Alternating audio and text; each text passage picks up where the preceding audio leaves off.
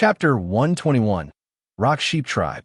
On the 28th of September, the Vine tribe held an autumn festival, and among the tribal warriors, many one-color warriors broke through to two-color. Since there was just a festival after the battle with the Mosquito tribe, this festival wasn't very large, but because of the recent harvest, the offerings were quite abundant. After the festival, the time had already reached late autumn. The weather gradually became cold and chilly, and it wouldn't be long before winter arrived. In the courtyard beneath Stone Mountain, Jiang Xuan and Qi Xiao were harvesting herbs. Jiang Xuan dug an herb out of the soil, carefully shaking off the dirt. Those roots were very useful. "Sister, I plan to lead a hunting team to explore the forest behind Stone Mountain." The Vine tribe had already explored the south, north, and east, but behind Stone Mountain to the west, their understanding was limited. One reason was that the western hills were rather barren, with few prey close to the Vine tribe. Another reason was due to the Vine tribe's lack of personnel. They couldn't finish exploring the forest to the north and south, so naturally couldn't attend to other areas. Now the tribe's food reserves were quite sufficient, and Jiang Xuan planned to explore the western forest before winter arrived. If there were things over there that could threaten the Vine tribe, they could be discovered early. "Go ahead, I'll watch over the tribe, but be sure to stay safe." Jiang Xuan was now a four-color warrior with strong power and had a hunting team following him. As long as they were careful, Qi Xiao wasn't very worried about safety. All right, the two of them dug up all the annual herbs, cleaned them, and dried them out. As for the perennial herbs that could overwinter, they only harvested the fruits and leaves and would cut some roots when needed. That afternoon, Jiang Xuan convened Hunting Team 2, instructing them to prepare for exploring the western forest. The next day, at dawn, they set off. Hoo-hoo! In the clear autumn morning, the wind was strong, blowing cold on the body, and most of the grass on the ground was withered yellow. Jiang Xuan looked up at Stone Mountain, seeing 36 giant dragonflies clinging to the ancient vine, not foraging as they did in the mornings. Jiang Xuan felt a bit emotional. These giant dragonflies, though powerful in combat, were insects after all, with very short lives. In their water scorpion form, they could live in water for several years, but after transforming into giant dragonflies, they could only live for half a year. That's the price they pay. Although these giant dragonflies probably wouldn't survive this winter, Jiang Xuan knew there were still many water scorpions in Feiyu River, and each year, a batch would transform into giant dragonflies. For the Vine tribe, this was fortunate, as every year there were giant dragonflies to help them in battle. As long as no major changes occur, this would continue. It wasn't long before they bypassed the tall Stone Mountain and arrived at the western forest. Starting from Stone Mountain, the terrain to the west gradually became higher. Perhaps due to the terrain changes, the farther west you went, the sparser the vegetation and water resources weren't as abundant as other places. After walking for half a day, most of the trees in the forest were no longer evergreen, but rather temperate deciduous types, with red or yellow leaves falling with the wind. This world environment is so strange, Jiang Xuan thought. Is the Vine tribe's location right on a climate boundary? Or is this area particularly special? Jiang Xuan mulled over this for a long time without coming to a conclusion, so he stopped thinking about it. By evening, they had set up a temporary shelter beside a mountain stream to spend the night. Chirp, chirp, chirp. Several large squirrels jumped between the trees, occasionally climbing high branches to find nuts, bringing them back to their burrows. The flora and fauna in this world were relatively large, and squirrels were no exception. Their fluffy fur made them look particularly large. But the Vine tribe's warriors had no interest in these squirrels. Compared to other prey, squirrels were too small, not much meat, and the meat was quite unappetizing. Unless there was a severe shortage of food, no one would hunt these squirrels. However, the squirrel burrows were a great place. Some warriors would mark the locations of squirrel burrows and would dig them out if there was a lack of food during winter, obtaining many nuts like pine nuts. Of course, once the nuts were taken, the squirrels would starve. To prevent them from starving, tribe members would catch the squirrels when digging out the burrows and bring them back to cook and eat. Whiz! In the distance, The sound of an arrow piercing through the air rang out, followed by an animal's dying cry. Before long, Ferocious came back with a fat red muntjac. The red muntjac looked like a deer, but smaller in size, with short and small horns and a short tail. An adult red muntjac weighed around 150 pounds, while an adult great horned deer typically weighed over 500 pounds. After walking for half a day, everyone was hungry, and this red muntjac was perfect to stave off hunger. Ferocious cleaned and skinned the red muntjac by the mountain stream, saving the beast hide, while the meat and innards were eaten directly. Some warriors started a fire by drilling wood, carving plenty of wooden sticks, and distributing them for roasting meat. Ferocious offered the heart of the red muntjac to Jiang Xuan. Offering the heart of the prey to the tribe's most respected person was a long-standing custom. Chapter 122, Rock Sheep Tribe 2. Jiang Xuan, without any hesitation, cut open the heart, threaded it with a wooden stick, and slowly roasted it over the fire. Ferocious sat beside Jiang Xuan and said, "Leader, when I was hunting earlier, I saw an old trap pit covered in moss. It should have been dug by people from other tribes a long time ago. This at least indicates that people from other tribes have been in this area before." Jiang Xuan replied, "It seems there might be a tribe nearby, but we don't know whether they still exist or how far away they are." Jiang Xuan pondered for a moment and said, "Let's continue forward tomorrow. If you find other traps, inform me immediately." Yes, everyone continued to roast the meat, and the scent of it wafted far into the forest, attracting the attention of many predators. After night fell, Jiang Xuan, using night vision, saw a bear wandering near the shelter. Perhaps it feared the fire, or maybe the hunting team seemed too numerous, but it ultimately dared not approach. In the middle of the night, distant wolf howls and various beast roars made sleep fitful. The next morning, everyone continued forward. Indeed, they found several old traps again that day. Meanwhile, Jiang Xuan clearly felt that as they advanced, the morning temperature seemed to drop progressively. On the morning of the third day, a warrior exploring the path finally discovered a trap that was still usable, likely set not long ago. By noon, they found more traps, including a snare that had captured a bird, but the rope was tied around its neck, and it had been strangled to death. In the afternoon, they arrived at the foot of a large mountain and saw a strange totem pattern on a giant boulder. This totem pattern was drawn using a red mineral material and looked like some sort of sheep, albeit depicted abstractly. This must be the tribe. Jiang Xuan stood in front of the giant boulder, closely examining the totem pattern with great curiosity. Woo-woo-woo. Suddenly, a series of whistling sounds came from the mountain, and over 100 tribesmen armed with weapons emerged from the forest and quickly surrounded them. The warriors of Hunting Team 2 immediately gathered, protecting Jiang Xuan in the center, readying themselves for battle with tense expressions.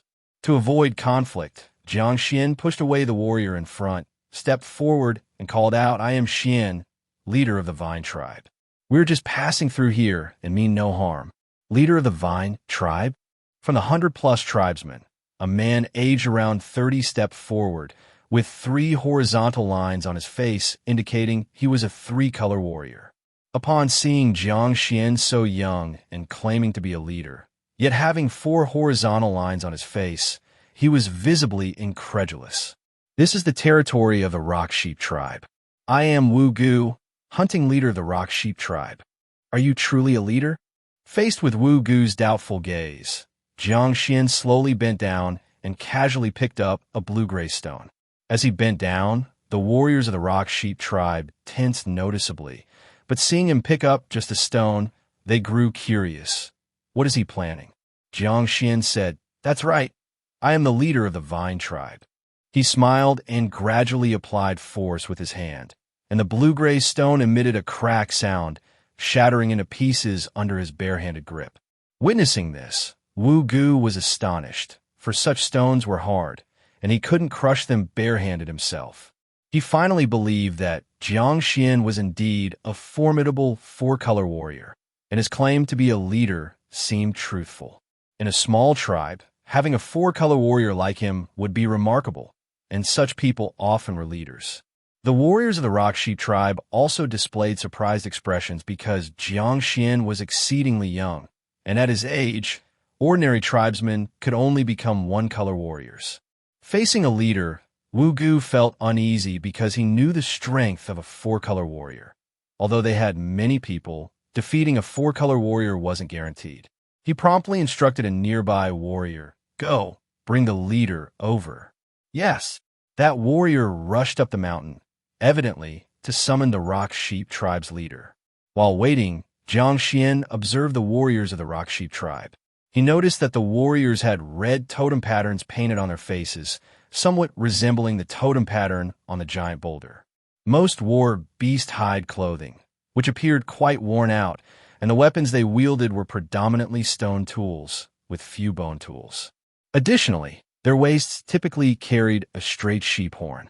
This sheep horn was relatively straight, and unlike the horns of the bighorn sheep Jiang Xuan had seen before.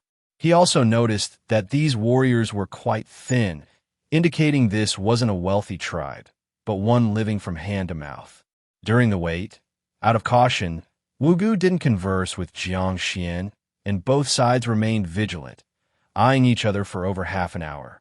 After half an hour, another 100 Rock Sheep tribe warriors descended from the mountain, led by an elderly-looking middle-aged man with a goatee. Due to their tools, adult tribesmen generally had some beard, albeit growing unevenly, but such neatly trimmed goatees as this middle-aged man were rare. Evidently, his beard had been deliberately groomed. The middle-aged man with the goatee approached Jiang Xuan, initially startled by Jiang Xuan's age, and then introduced himself, Hong Yin, leader of the Rock Sheep tribe. Xian, leader of the Vine tribe. Hong Yin stroked his goatee, realizing he'd never heard of the Vine tribe, so he asked, "Where's your Vine tribe located?" Jiang Xuan replied, "Towards the sunrise. Walk for 3 days, and you'll see a gigantic stone mountain and a divine vine. That's where our Vine tribe is." Stone mountain, divine vine. Hong Yin had no impression of it because the Rock Sheep tribe's activities didn't reach that area. Nevertheless, he noted Jiang Xuan's words, as they might be useful someday. Hong Yin further asked, "Leader Xuan, where are you heading?" Jiang Xuan obviously couldn't reveal they were scouting for threats. Leader Hong Yin, "Winter is approaching, so we're trying our luck, hoping to find other tribes to trade before the snow falls." Trade? Hong Yin's eyes sparkled. The Rock Sheep tribe hadn't traded with other tribes for a long time. Hong Yin stroked his goatee and thought for a moment, then said, "Leader Xuan, the sun is about to set. Since you're in our Rock Sheep tribe's territory, why not stay at our tribe overnight? We Rock Sheep tribe are very hospitable." Jiang Xuan considered it and felt they carried no goods, had no animosity with the Rock Sheep tribe, and the Rock Sheep tribe had no reason to harm them. Thus, he nodded and said, "Then, Leader Hong Yin will be in your care." "Huh, no trouble at all. Come, follow me." Alongside Hong Yin, Jiang Xuan walked, with warriors from the Vine tribe and the Rock Sheep tribe following closely behind, ascending the mountain together. The Rock Sheep tribe resided halfway up the mountain, where there was some flat land, albeit not very wide. Once Jiang Xuan climbed the mountain, he noticed the Rock Sheep tribe totem patterns everywhere, whether on large trees or boulders.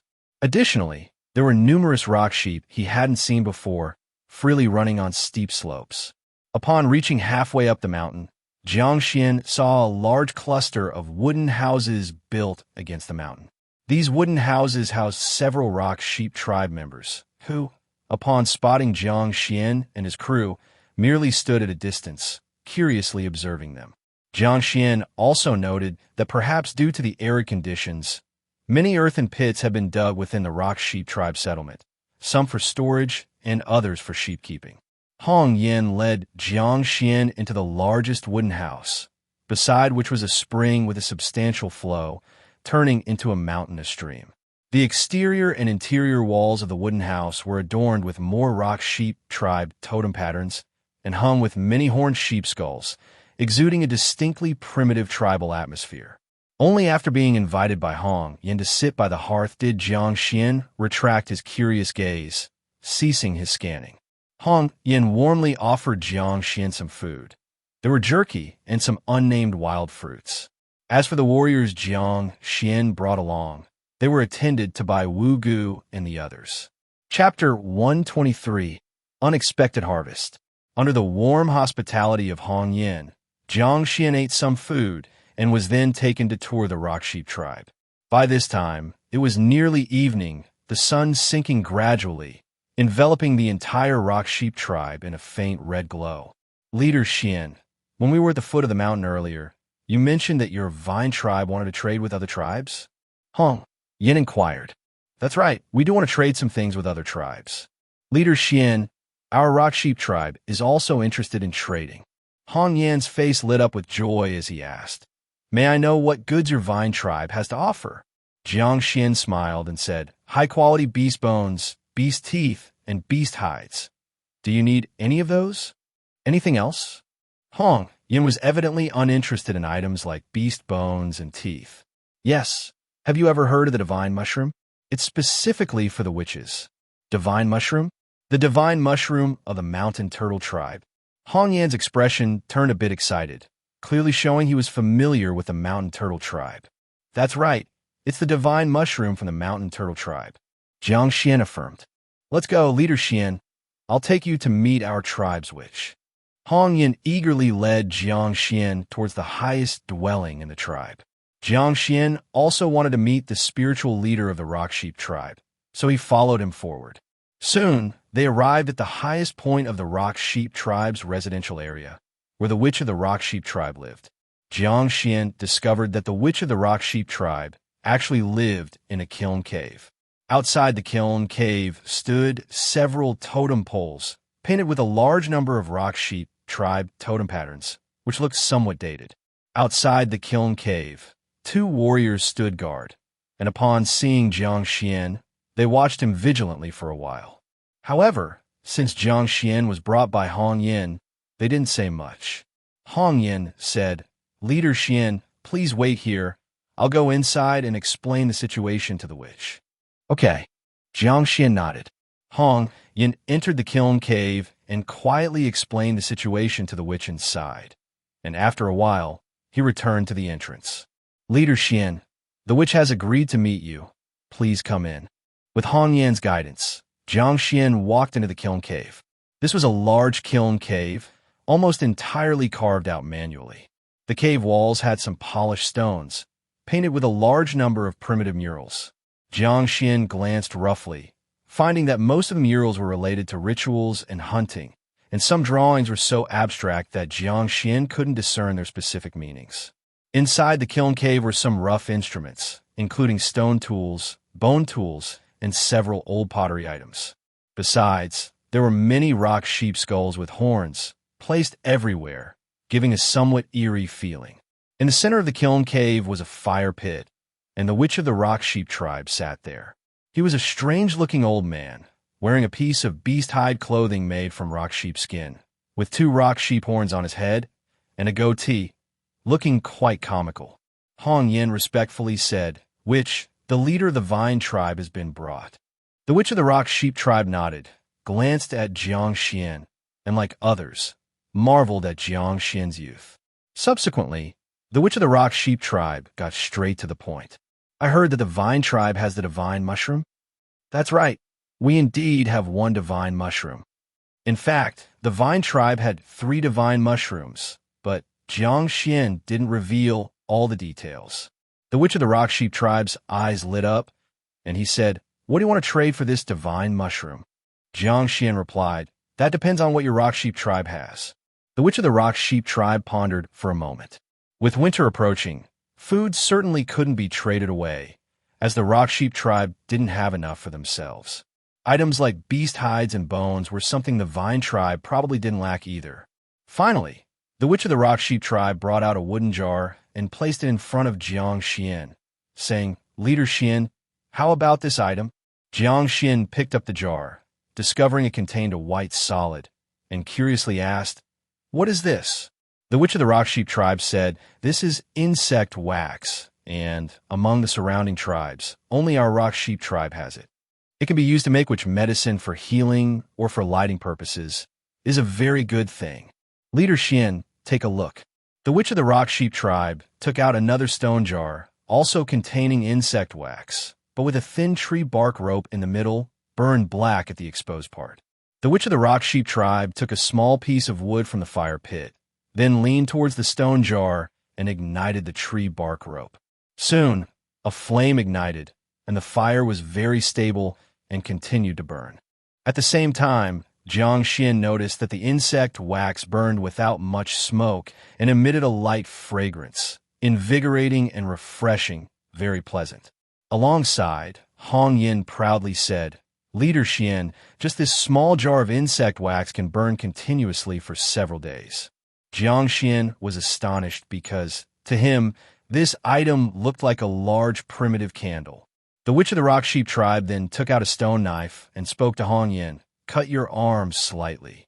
Hong Yin took the stone knife and indeed cut a wound on his arm without changing his expression, and blood immediately oozed out. The witch of the rock sheep tribe scraped some powder from a solid chunk of insect wax with a knife and sprinkled it directly onto the wound Hong Yin had just made. Chapter 124. Unexpected Harvest 2. A miraculous scene unfolded. The insect wax powder quickly adhered to the wounds, congealing into a scab, and before long stopped the bleeding. The witch of the rock sheep tribe told Jiang Xuan, The uses of insect wax powder are not limited to stopping bleeding. It also has excellent healing effects for burns, scalds, and sores. If mixed with other healing powders, the effect will be even better. Chief Xian, what do you think about trading insect wax for the divine mushroom? After hearing the witch's explanation and witnessing the hemostatic effect of insect wax himself, Jiang Xuan knew this was definitely a valuable item. However, the question was how much insect wax a single divine mushroom could be traded for. Jiang Xuan asked, How much insect wax does the witch plan to offer in exchange for our divine mushroom? The witch from the rock sheep tribe countered by asking, How much does Chief Xian want? Indeed, anyone who could survive in such a dangerous world for so long was no fool, especially a witch. Jiang Xuan thought for a moment, pointed at the other jars in the cave, and said, The divine mushroom is too precious. We acquired one by chance, and I want to trade it for all the insect wax here. Jiang Xuan roughly counted, estimating there were dozens of jars on the ground. Quite a hefty demand. As expected, the witch from the rock sheep tribe said with difficulty, Chief Xian, don't you think you're asking for a bit too much? Jiang Xuan replied, There is only one divine mushroom, and once the trade is done, our vine tribe will have none. However, you can continuously obtain insect wax, so, in the end, you may profit more. The witch of the rock sheep tribe shook her head and then took away half of the jars on the ground, saying, At most, I can use half of the insect wax here to trade for your divine mushroom. Jiang Xuan frowned and said, In that case, let's talk about trading other goods, such as pottery that can be used for cooking. Our vine tribe also has some. And another item that you will definitely like is salt, good salt. Upon hearing pottery and salt, the eyes of both the witch and Hong Yin lit up. Clearly, they needed these two goods very much. The witch of the rock sheep tribe was silent for a moment, then said, If Chief Xian can bring pottery and salt for trade, I can add 3 more jars of white wax during the divine mushroom exchange. Jiang Xuan made a troubled expression and said, All right, but the weather is getting colder, and we won't have time to bring goods over if we go back. How about this? Your rock sheep tribe, send some warriors with the goods to our vine tribe, so we can complete the trade before the snow falls. The witch and leader Hong Yin exchanged a glance, then nodded and agreed, as what Jiang Xuan said was true. It was indeed close to snowing. After the negotiations were over, Jiang Xuan and Hong Yin left the kiln cave. By now, it was already dark outside, and the clear moonlight shone on the ground. Thanks to the moonlight, Hong Yin didn't light a torch, and the two slowly walked towards the large wooden house at the center of the tribe. On the way, Jiang Xuan curiously asked, Leader Hong Yin, may I ask, what exactly is this insect wax? Hong Yin laughed and said, It's nothing to hide. The insect wax is actually secreted by a type of insect on the tree. Every autumn, this kind of insect secretes a lot of wax on tree branches. Our tribe members cut down these branches and take them back for processing, and finally store them in jars. Jiang Xuan's heart was stirred, and he asked, "Can these insects be used for trade?" Since the insect wax was so useful, Jiang Xuan entertained the idea of breeding them himself. If the vine tribe could massively cultivate these insects, wouldn't they have an endless supply of insect wax in the future? Hong Yin guessed what Jiang Xuan was thinking and said, "Chief Xuan, at this time of year, those insects are already dead, leaving behind only some eggs. However, even if you take the eggs back, it's of no use." "What?" Jiang Xuan asked, puzzled. Hong Yin laughed and said, "Because those insects must eat the leaves of the wax tree to secrete insect wax, and wax trees can only grow on our rock sheep tribe's territory." Hong Yin pointed to a bare patch of trees on the nearby slope and said, "See that? Those are wax trees." After hearing Hong Yan's explanation, Jiang Xuan finally understood why he was so open to discussing the insect wax matter. Because both the waxworm and the wax tree are essential, and the environment for growing wax trees is quite specific, the rock sheep tribe isn't worried about the vine tribe taking those insects or the wax trees back with them. Though Jiang Xuan felt it was a pity, he hadn't completely given up the idea of breeding waxworms himself. He needed to try at least once to be satisfied. If these waxworms could be massively cultivated, then in the future, the vine tribe would have excellent healing medicine and a large supply of high-quality candles. Candles are a relatively stable light source. Others, such as torches or fire pits, flicker too much, making them unsuitable for doing fine work at night. The two returned to the wooden house, where Hong Yin asked Jiang Xuan more about the vine tribe. Because in his view, any tribe capable of producing pottery and possessing salt must be fairly strong. Hong Yin was also a bit worried that when they took the goods over, the vine tribe wouldn't trade with them, but would instead seize them. This sort of thing had happened before. Between tribes, killings and plundering were quite common. However, for the sake of the divine mushroom, pottery, and salt, the rock sheep tribe had to take some risks. Chapter 125, Unexpected Harvest 3. Jiang Xuan reassured Hong Yin, saying that the vine tribe wished to establish long-term trade with the rock sheep tribe, so there would be no forced seizures. At the same time, Jiang Xuan also shared some matters of the vine tribe with Hong Yin.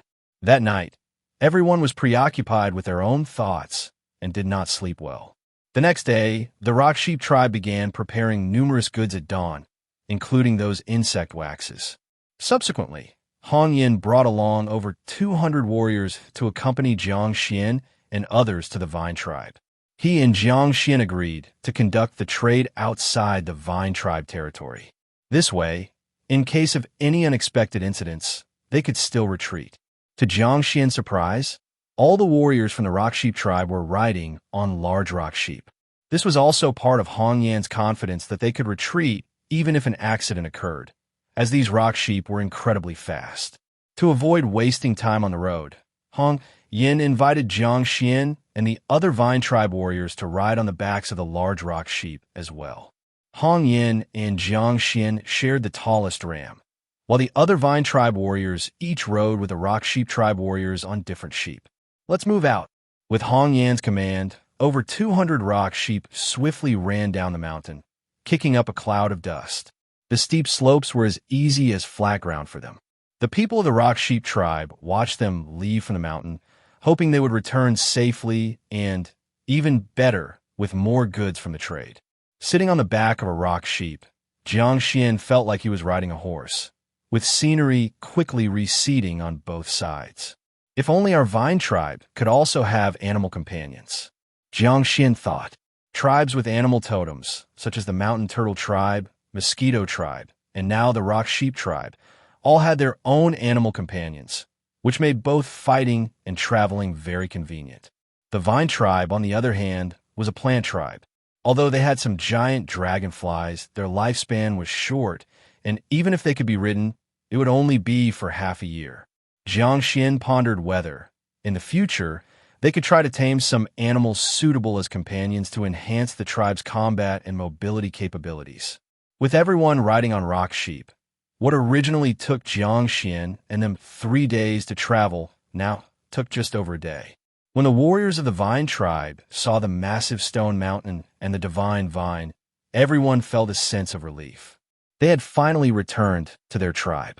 The warriors of the rock sheep tribe were also amazed by the enormous divine vine, and the giant dragonflies made them feel threatened. The arrival of these rock sheep caught the attention of the Vine tribe warriors, and Nanxing quickly brought the guard team over. When he saw that it was their leader who had returned, he breathed a sigh of relief. Nanxing ran to Jiang Xuan's side and asked, "Leader, who are these?" "They are the warriors from the rock sheep tribe, here to trade with our Vine tribe." "I see." Nanxing nodded. Jiang Xuan then said to Hong Yin, "Chief Hong Yin, since you're here, why not come into our tribe for a visit?" Hong Yin shook his head and smiled. "No, Leader Xian, the weather is getting colder, so we should complete the trade as soon as possible and return." Jiang Xuan understood that he was concerned about the potential risks of trading inside the tribe, so he did not insist. After giving Nanxing some instructions, he led the other warriors back inside the tribe to prepare the goods for trade. Chapter 126. Leader Xian is a good person. After Jiang Xuan returned to the tribe, he first told Qi Xiao, Gotong, and others about the rock sheep tribe, then began preparing for the trade goods. This time, the trade mainly involves using divine mushrooms, pottery, and salt to exchange for the rock sheep tribe's insect wax. Besides divine mushrooms, the Vine tribe has no shortage of pottery and salt. They're even quite abundant. This is because the raw materials for these two items are very plentiful. The processing methods are relatively simple, and they only consume manpower and time. For tribe members, the least scarce resources are manpower and time. Jiang Xuan has already instructed some tribe members who are not strong in combat to start learning pottery, firing, and salt boiling. Soon, Jiang Xuan brought the prepared divine mushrooms, pottery, and salt to the forest beside Stone Mountain. At this moment, the warriors of the rock sheep tribe in the forest were waiting anxiously. They always sat on the backs of the rock sheep, not moving a single step away. If there were any signs of trouble, they would quickly mount the rock sheep and flee. They are currently carrying a large amount of insect wax and must guard against the Vine tribe directly seizing it. They would rather not trade than take any risks. This is what the tribes which told Hong Yin, and Hong Yin kept it in mind. Although Hong Yin was very curious about what the Vine tribe was like, he didn't dare to venture inside, so he could only wait here. If they could trade smoothly a few times, both parties could establish preliminary trust and understanding, then they could enter the tribe for further trading. "Chief Hong Yin, sorry to keep you waiting." Finally, Jiang Xuan arrived with goods and hundreds of warriors. Hong Yin was astonished to see that the warriors of the Vine tribe wore beast-hide clothing that was very good. Their weapons were also excellent, and many wore large pendants made from beast teeth.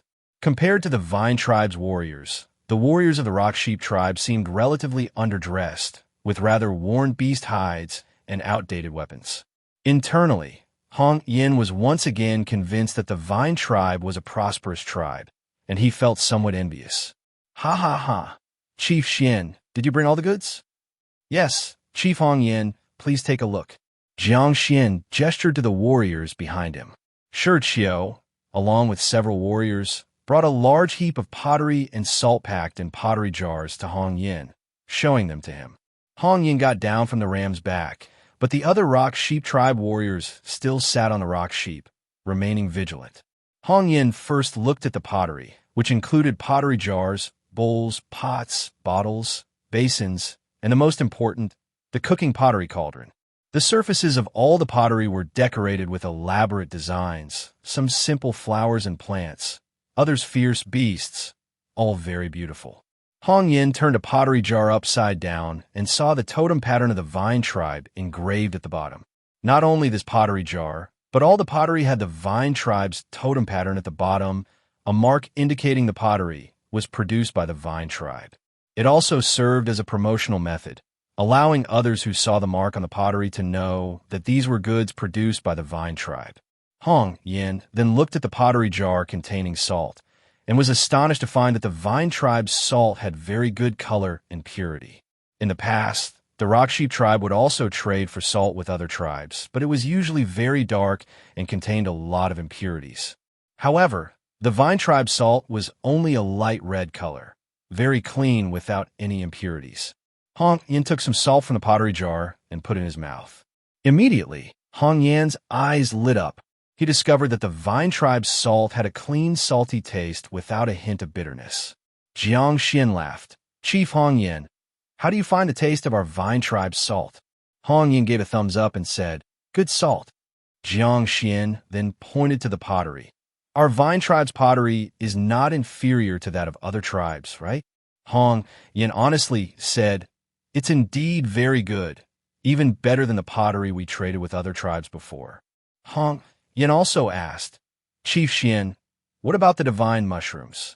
Divine mushrooms are one of the crucial reasons for coming to trade with the Vine tribe, because the Rock Sheep tribes which urgently needed them.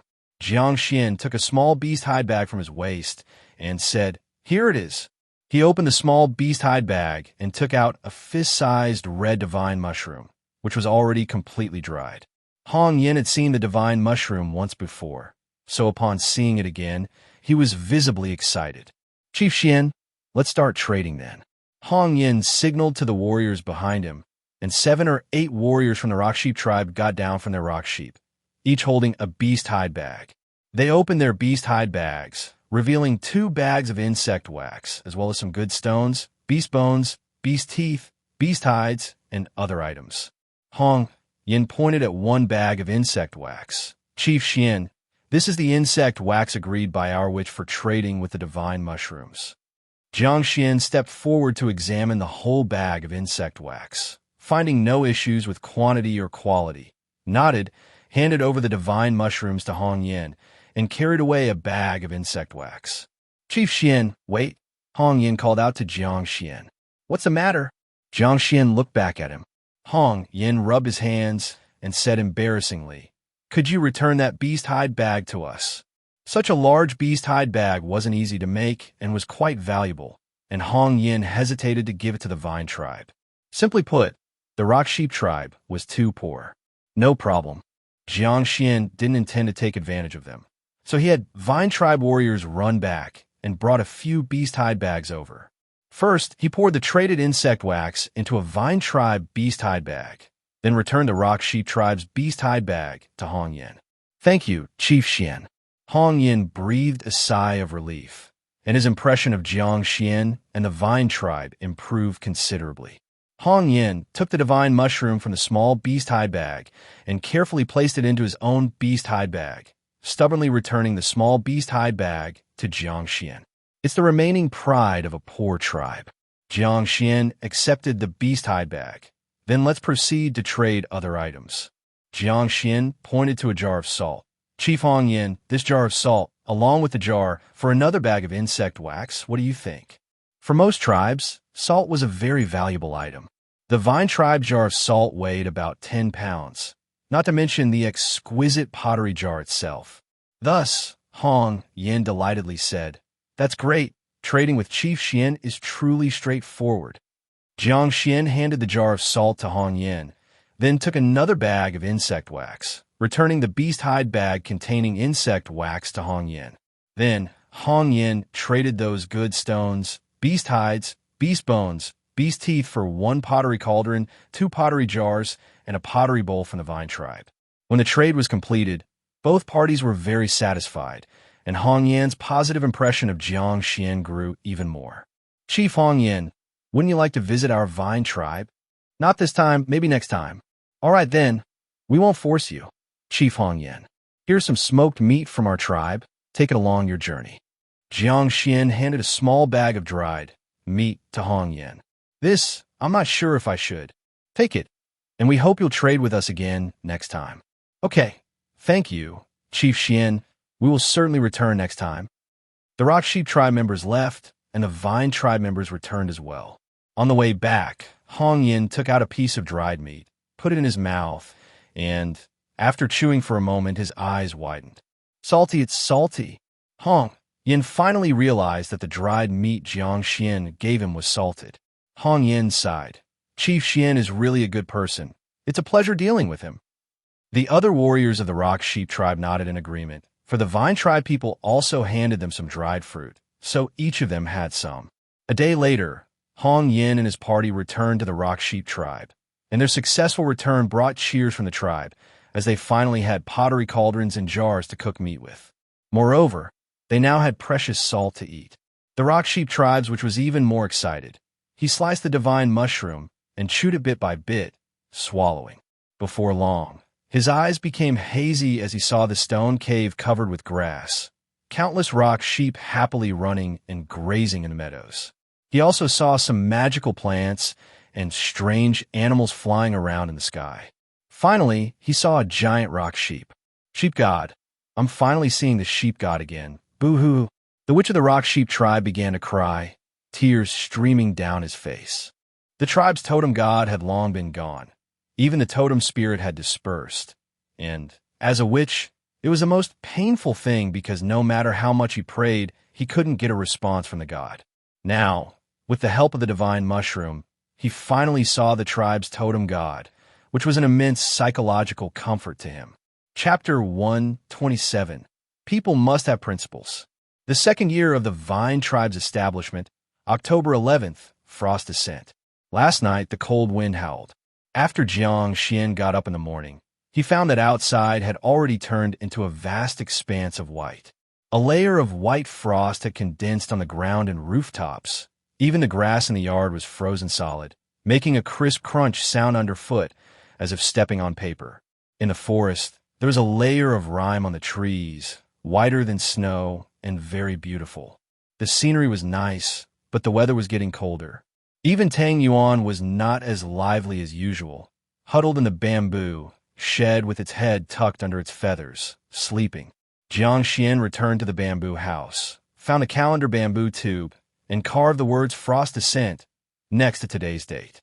He flipped through last year's calendar bamboo tube and found that last year's Frost Descent was on September 12th, which meant it was a whole month different. That's too much of a difference. It's a headache. Jiang Xuan scratched his head, unable to figure out why. It seemed that creating an accurate calendar was a long-term task. However, he didn't get discouraged.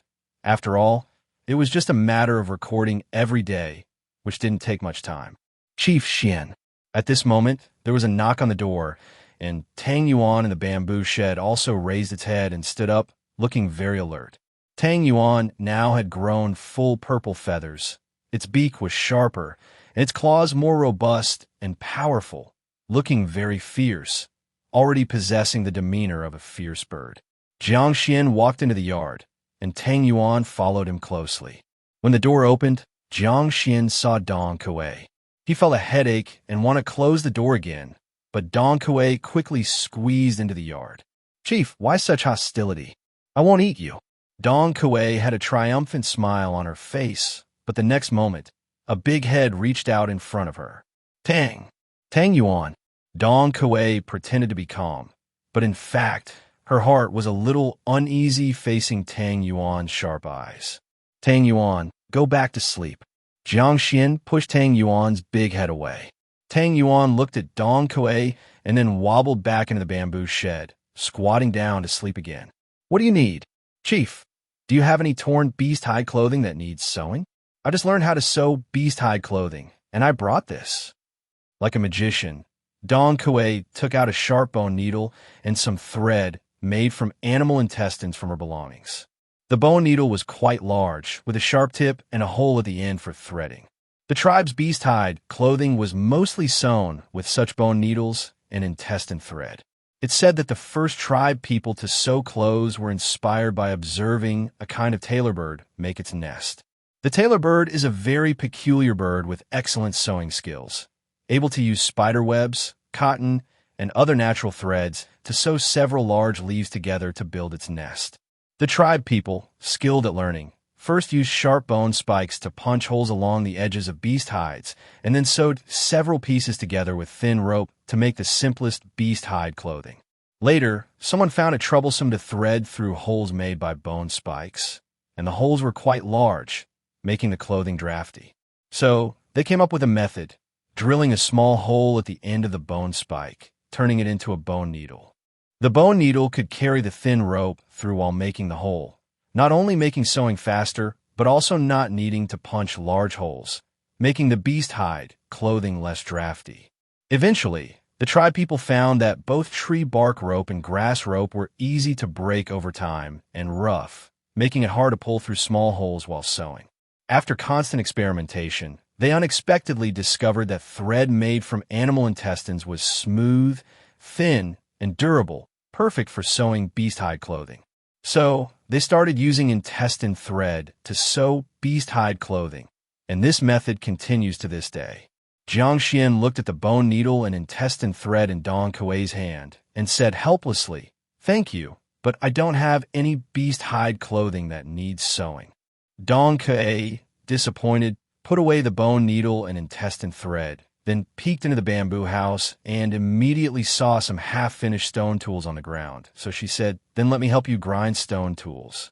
I'm really patient and will surely do a good job." "No need." Before Jiang Xuan could finish his sentence, Dong Kuei had already entered the house and started grinding away with swish, swish sounds, leaving him no chance to refuse. Facing this situation, Jiang Xuan, with no experience of this kind, had no choice but to let Dong Kuei slowly grind stone tools inside.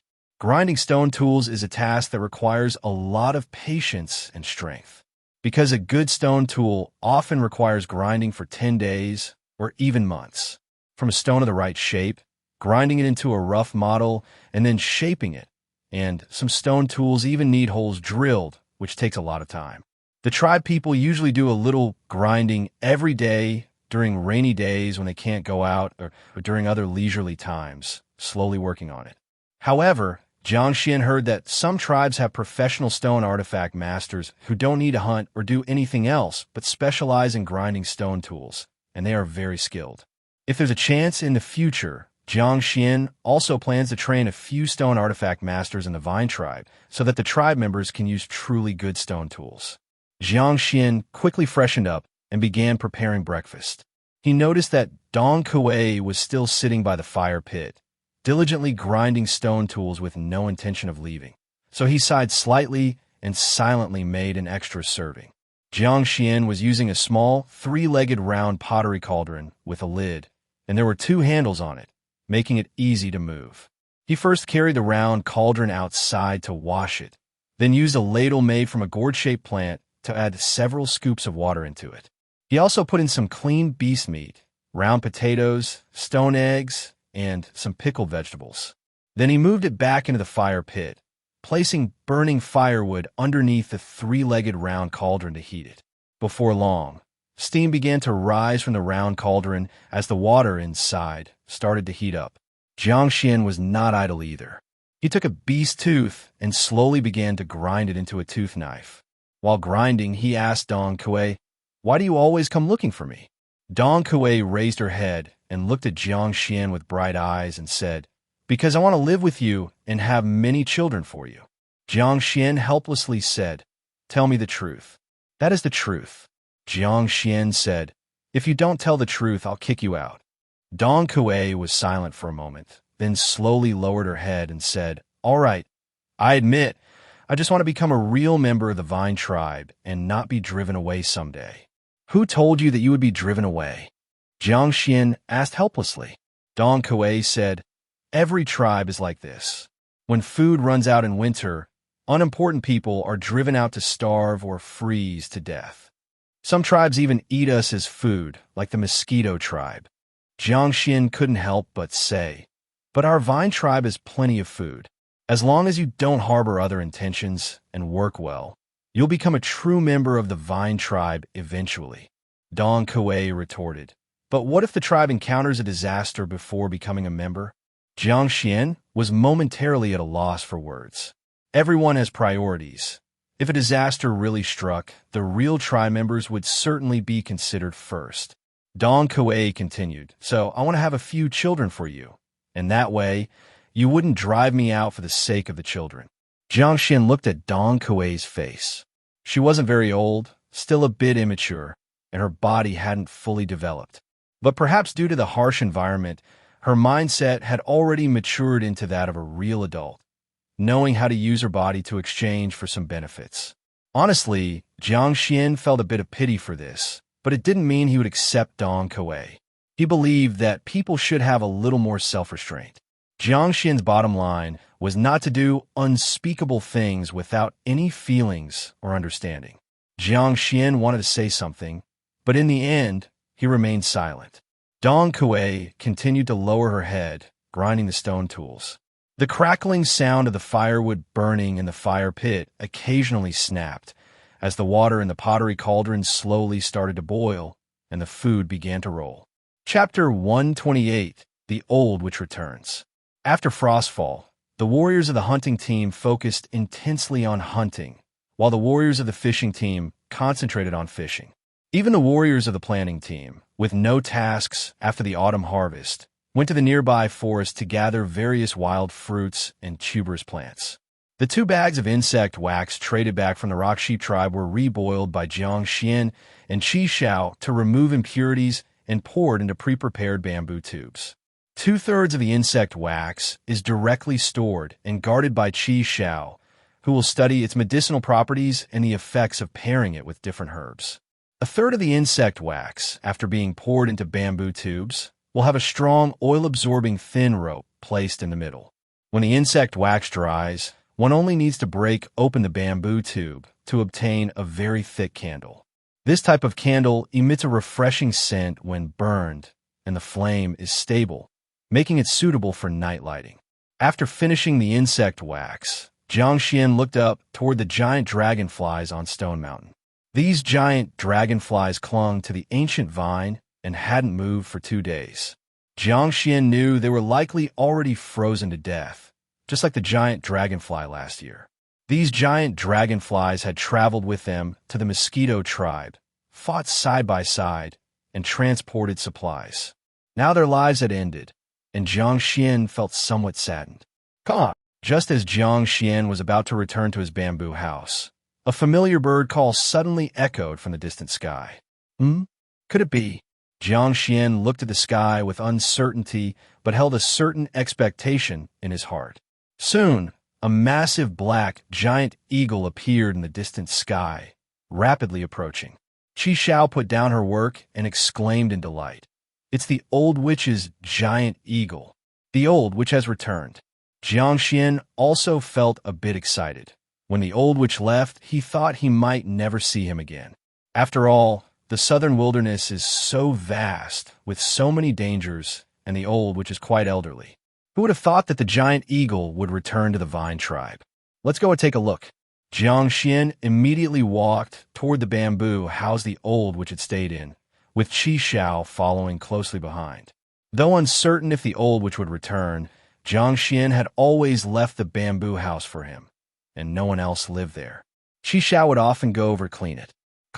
The black giant eagle circled in the sky and then quickly descended toward the ground.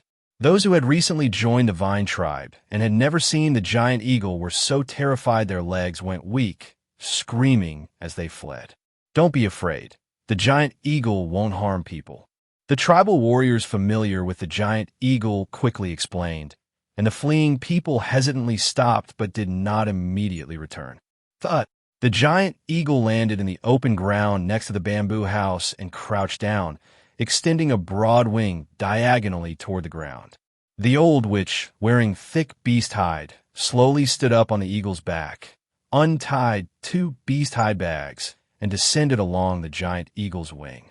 Seeing the familiar vine tribe and bamboo house, the old witch's face relaxed into a smile. For some reason, he particularly liked this spirited little tribe. Old witch, I thought you weren't coming back. Jiang Xuan quickly ran to the side of the bamboo house, very happy. The old witch looked at Jiang Xuan and suddenly noticed 4 horizontal stripes on his face, exclaiming in surprise, 4-color warrior? I managed to break through to 4 colors. Even as Jiang Xuan spoke humbly, his eyes showed a proud expression. The old witch glanced up at Stone Mountain, looking even more surprised. Has the divine vine broken through? This divine vine felt even more formidable to the old witch, its divine power vast like the sea, completely different from before. At this moment, Qi Xiao stepped in front of the old witch and said, "The vine god has indeed broken through."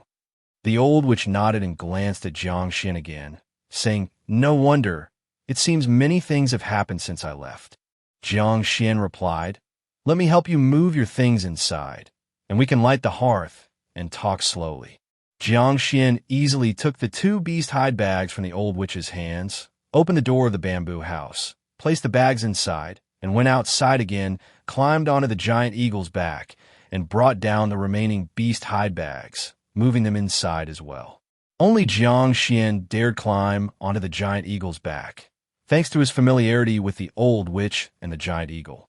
Others, even fellow 4-color warriors, dared not climb onto the giant eagle's back. While Jiang Xuan was moving things, Qi Xiao fetched kindling from other bamboo houses and reignited the hearth in the old witch's house. The blazing hearth brought warmth to the long unoccupied bamboo house, making it feel more comfortable. Nanxing and others also came over. Everyone was glad to see the old witch, helping him wash pots, scrub dishes, and tidy up the bed, quickly arranging the bamboo house to be ready for habitation. After finishing the work, everyone gathered around the hearth, and Jiang Xuan told the old witch about the events that had occurred after his departure. This included the mosquito tribe's invasion, the divine vine's breakthrough, the great high priest, and the extermination of the mosquito tribe. The mosquito tribe was wiped out. The old witch was somewhat surprised because for a small tribe like the vine tribe, avoiding destruction by other tribes was already fortunate, let alone hoping for anything more. Jiang Xuan said, "It was all thanks to the vine god and the giant dragonflies. We were merely cheerleaders."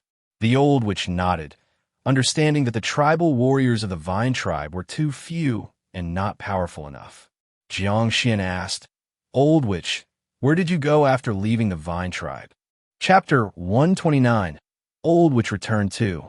The old witch said, "After leaving the vine tribe, I traveled around the southern wilderness on a giant eagle and interacted with several tribes." Then, the old witch recounted the tribes he encountered on the road and some interesting experiences. For instance, he visited the fierce crocodile tribe, which reared many crocodiles, was fierce and warlike, and particularly liked to eat raw meat. There was also the bamboo rat tribe, whose people liked to live in underground holes, were particularly timid, and would retreat into the holes at the slightest disturbance. Besides these 2 tribes, the old witch visited several others. According to his descriptions, each of these tribes had their own unique characteristics and were very interesting. The old witch was very powerful and also skilled in the witch doctor technique, could heal and save people, plus he had a formidable giant eagle and the backing of the eastern wilderness's eagle tribe. Wherever he went, no one dared to offend him easily. If it were an ordinary warrior, these tribes probably wouldn't be so polite. Oh, by the way, I also brought back some items from other tribes for you. The old witch opened a beast hide bag and first took out a bunch of colorful small fruits, which were very beautiful. "What is this?" Jiang Xuan asked curiously. "These are colorful fruits. I got them from small tribe. They are slightly poisonous, but they will only make people uncomfortable for half a day and won't be fatal. In that small tribe, warriors eat these colorful fruits in front of everyone to prove their bravery." The old witch chuckled and said, "Leader Xian, do you want to prove your bravery?" Jiang Xuan asked uncertainly, "Are you sure this stuff isn't fatal?" The old witch said, "You're now a 4-color warrior. This stuff is nothing to you. Want to try?" Jiang Xuan looked at the fruit, which varied in color and was the size of small bulbs, and said, "Well, let's try it." Jiang Xuan picked a colorful fruit about the size of a thumb, washed it, then put it in his mouth and tentatively bit half of it without swallowing. Soon, Jiang Xuan's expression changed, and he spat out the half-bitten, colorful fruit onto the ground, sticking out his tongue and fanning it continuously. "Hot! It's killing me! Water! Water!" Jiang Xuan ran to a newly filled water barrel, scooped up a ladle of cold water, and rinsed his mouth to alleviate the burning sensation on his tongue. "Ha ha! The old witch laughed heartily like a mischievous old child. Leader Xian, the warriors of that small tribe don't bat an eye after eating the colorful fruit. Jiang Xuan rinsed his mouth several times before his tongue and lips felt a little better. Looking at those colorful fruits, he wasn't deterred by the discomfort he just experienced. Instead, his eyes showed excitement, because he realized that what they called colorful fruit should be a type of chili pepper in this world. Since coming to this world, he had tried several spicy plants, but their spiciness was impure, often accompanied by other stimulating smells, making them not tasty. But this colorful fruit had a pure, intense spiciness that made it feel like your mouth was on fire. It must be a rare, premium chili pepper. In his previous life, Jiang Xuan was also fond of spicy food, and this body had yet to experience the spice of chili peppers. Plus, the colorful fruit was extremely spicy, hence his exaggerated reaction. But it didn't matter. After eating it a few more times and getting used to it, he would be able to enjoy spicy foods again. Thus, Jiang Xuan was very excited. Old witch, can you give me some of these? I'll keep the seeds and plant them next year. The old witch was surprised and said, You're interested in colorful fruit? Jiang Xuan nodded affirmatively and said, I think eating colorful fruit is quite thrilling. The old witch couldn't understand Jiang Xuan's quest for thrill, but generously gave half of the colorful fruits to Jiang Xuan for seed production. Jiang Xuan took the colorful fruits, thanked the old witch, and said, I think it would be nicer to call this thing colorful pepper. Colorful pepper? The old witch repeated, That's a nice name. Let's call it colorful pepper from now on. And so, the vine tribe had its first highly spicy pepper, named colorful pepper. Of course, currently, colorful peppers were scarce. Jiang Xuan had to grow more of them to enjoy them safely. Soon, the old witch took out a second item from the beast hide bag, a thick bean pod. This is also something I brought back from a small tribe, an edible plant. I guess Leader Xian would like it. It was a dried-out bean pod, about the length from a grown man's hand to his elbow, flat, slightly curved, with swelling segments. The old witch peeled open this large bean pod, and 7 or 8 small black spheres rolled out, which he caught and placed in his palm one by one. These small spheres were a type of bean Jiang Xuan had never seen, each about the size of a quail egg, very round with a glossy black sheen. The old witch said, This fruit, the people of that tribe call it black pearl. It's very fragrant when cooked with beast meat in a pottery jar. It can also be roasted in charcoal until it's fragrant and crispy. Jiang Xuan said, Can I have a look? Of course you can. The old witch handed all the black pearl beans in his palm to Jiang Xuan. Jiang Xuan examined them carefully and discovered that these so-called black pearls were just beans, albeit much larger than ordinary soybeans. In that instant, Jiang Xuan felt bliss descended upon him unexpectedly. The return of the old, which had brought not only chili peppers, but also large black beans, a very important food crop. Old witch, can you give me more black pearls? I could trade you good stuff for them. The old witch waved his hand. I was planning to give them to you. No need for a trade. Take them all. Old witch, thank you so much. Jiang Xuan excitedly took out the unpeeled bean pods and inwardly praised the old witch. What a great person. Of course, he couldn't just take them for free. Even if the old witch didn't mind, he might not be so enthusiastic the next time he came across something good. He thought about later giving the old witch some salt and a few sticks of insect wax as a gift in return. Then, the old witch took out a few more plants, but they were rare herbs meant for qi shao. Jiang Xuan wasn't particularly interested in herbs. Getting colorful peppers and large black beans had already satisfied him. After hearing the old witch's stories, Jiang Xuan returned to his courtyard with the colorful peppers and large black beans, and he also took some insect wax and salt to give to the old witch. However, as he was about to leave, he saw Tang Yuan quickly running over from the bamboo shed, gently tugging on his beast hide clothing with its beak. Tang Yuan, what's wrong? Jiang Xuan could tell that Tang Yuan was not in its usual state. It seemed a bit scared. Tang Yuan couldn't speak, but released Jiang Xuan's beast hide clothing and pointed its beak in the direction beyond the bamboo forest. In that direction lay the old witch's residence. Jiang Xuan suddenly guessed why it was scared. It must have been due to that giant black eagle. Being a fellow bird, the black eagle's oppressive presence was overwhelming. Even from a distance, Tang Yuan would still feel fear. Jiang Xuan thought for a moment and said, "Tang Yuan, don't be afraid. Come with me. I'll introduce you to an elder brother who might cover for you in the future." Jiang Xuan patted Tang Yuan, who was quite large, and then led it out of the bamboo forest. Tang Yuan was very scared, yet it trusted Jiang Xuan immensely, feeling safe at his side. Before long, Jiang Xuan brought Tang Yuan to the side of a bamboo house. As Tang Yuan saw the giant black eagle, it became even more terrified, nearly backtracking if Jiang Xuan wasn't pulling it forward. Jiang Xuan dragged Tang Yuan beside the black eagle, and the black eagle, with its sharp eagle eyes, looked at them but didn't move.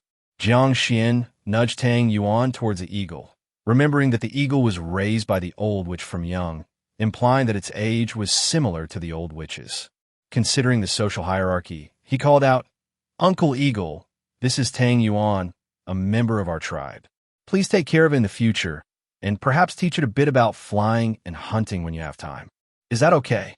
The giant eagle seemed to understand his words. It scrutinized Tang Yuan, but surprisingly didn't refuse, giving a nod.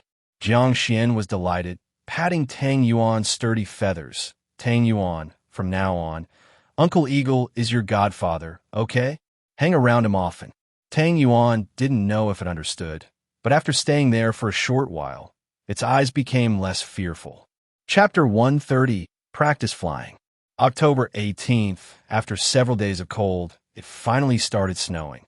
Jiang Xuan stood at the doorway, watching the snowflakes gracefully fall, yet his heart felt none of the tension from last year. Because this year, the Vine tribe had abundant food, there was no need to worry about the winter famine. Tang Yuan lay in the bamboo shed, curled up into a purple ball. Upon seeing Jiang Xuan, it stretched its neck to yawn and then tucked its head into its feathers to sleep. Birds of prey need to hunt during winter too. Otherwise, they would starve since they don't hibernate. Like the old witch's black giant eagle, almost every noon when the temperature is highest, it would go out for a flight to hunt those animals that also don't hibernate. Tang Yuan is different. It is still too young, hasn't learned to fly, and relies on running with its claws. It finds it difficult to hunt in such a cold winter. So, it can only lie in its nest to sleep, waiting for the black giant eagle to return from hunting and would shamelessly get a meal. Indeed, Tang Yuan has learned to scavenge food. Having overcome its initial fear, it truly seemed to consider the black giant eagle as an uncle, often running over to scavenge food. Strangely, the black giant eagle doesn't mind, never driving it away, and truly seems to treat it as a junior. Screech! Suddenly, a sharp cry echoed over the Vine tribe. Soon after, the massive black giant eagle, clutching a prey, landed on the ground. Tang Yuan, who was sleeping in the bamboo shed, quickly pulled its head out from its feathers, becoming fully alert. Immediately, it stood up, flapping its wings, skillfully pushed open the wooden door support, grabbed the crossbar, and opened the courtyard door. Then, Tang Yuan quickly ran towards the black giant eagle, leaving only a deep trail of bird claw prints in the snow-covered ground. "Going to get some food again?" Jiang Xuan looked with some helplessness at the departing Tang Yuan, feeling the creature was being shameless. However, upon reflection, he thought Tang Yuan might simply not understand what shamelessness meant, as long as it could fill its stomach. Tang Yuan waddled out of the bamboo forest and headed straight for the black giant eagle's residence. Perhaps due to the onset of winter, the black giant eagle had built a large nest next to the bamboo house using trees, branches, reeds, and other materials, sleeping there at night. Wild eagles usually nest on peaks or cliffs, but this black giant eagle, having grown up with humans, was accustomed to nesting on the ground. Today, the black giant eagle caught a wild boar and placed it next to the eagle's nest, continuously pecking at it. Tang Yuan arrived just at this moment. Chirp, chirp. Tang Yuan ran to the side of the giant eagle's nest, calling twice. The black giant eagle glanced at it and continued eating. Seeing no response from the eagle, Tang Yuan flapped its wings and climbed up from the edge of the nest, then moved next to the wild boar, cautiously pecking once. The eagle still didn't object, prompting Tang Yuan to joyfully begin pecking at the meat, eating quickly.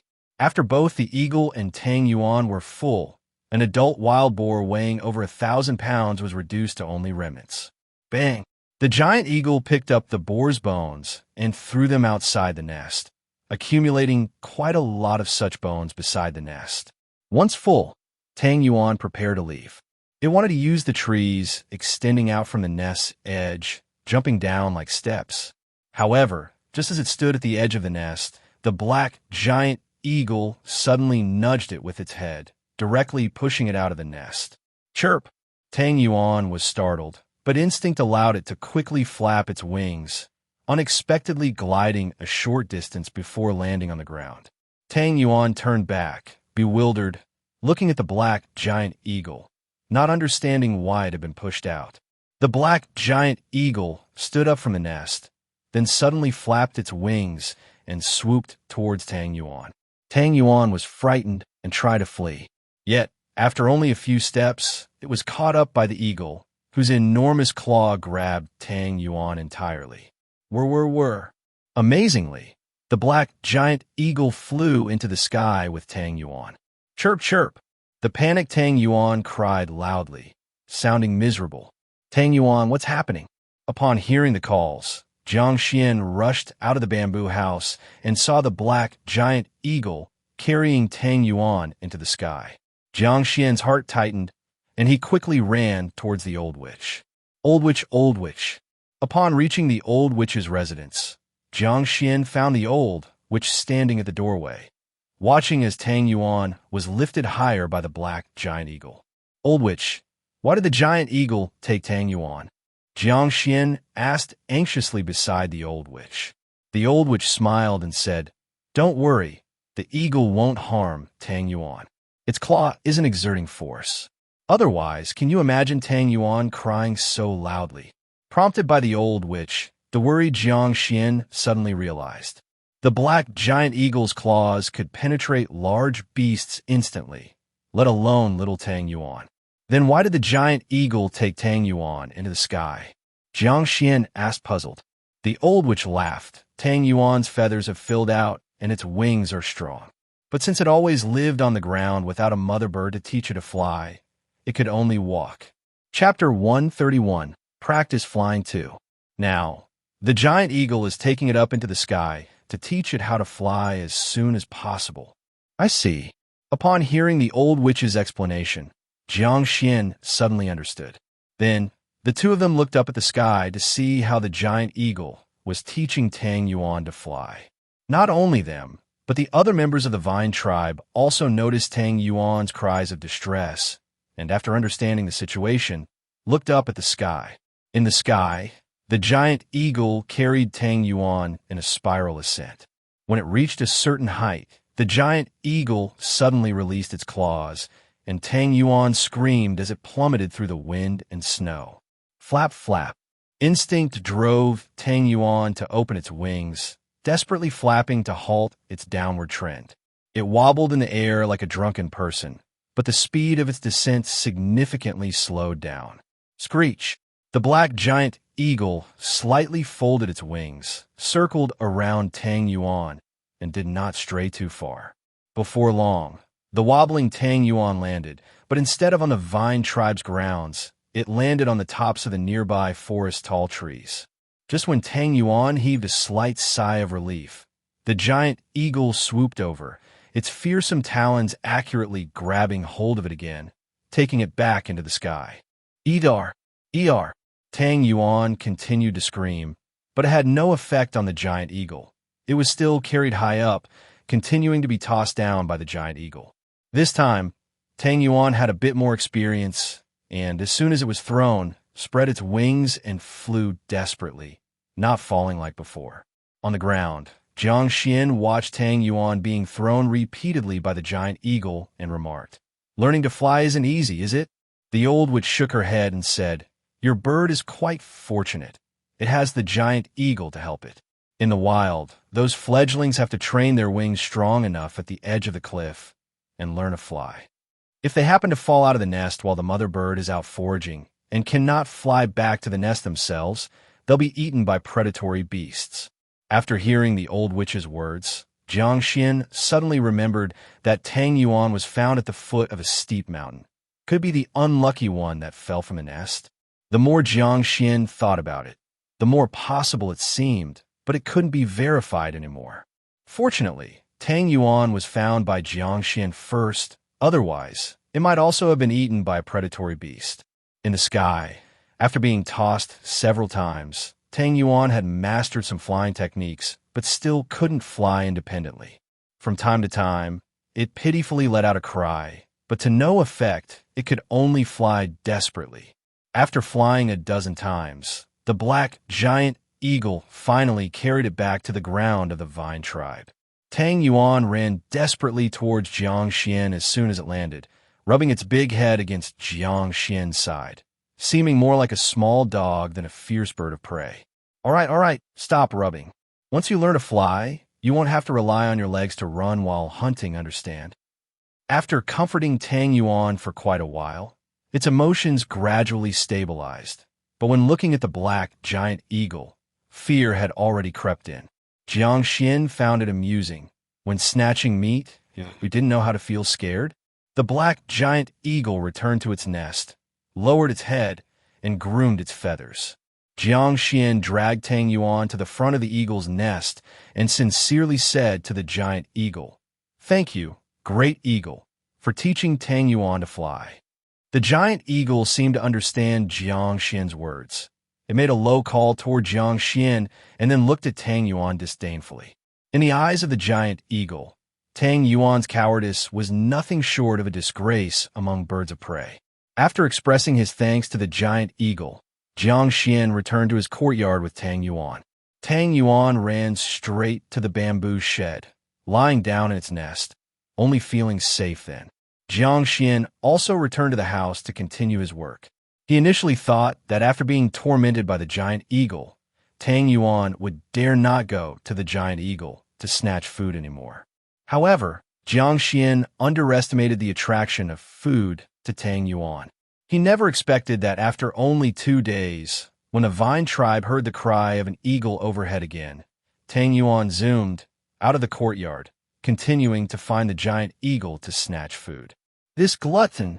Jiang Xuan shook his head, decided not to bother with Tang Yuan, and went back to his work.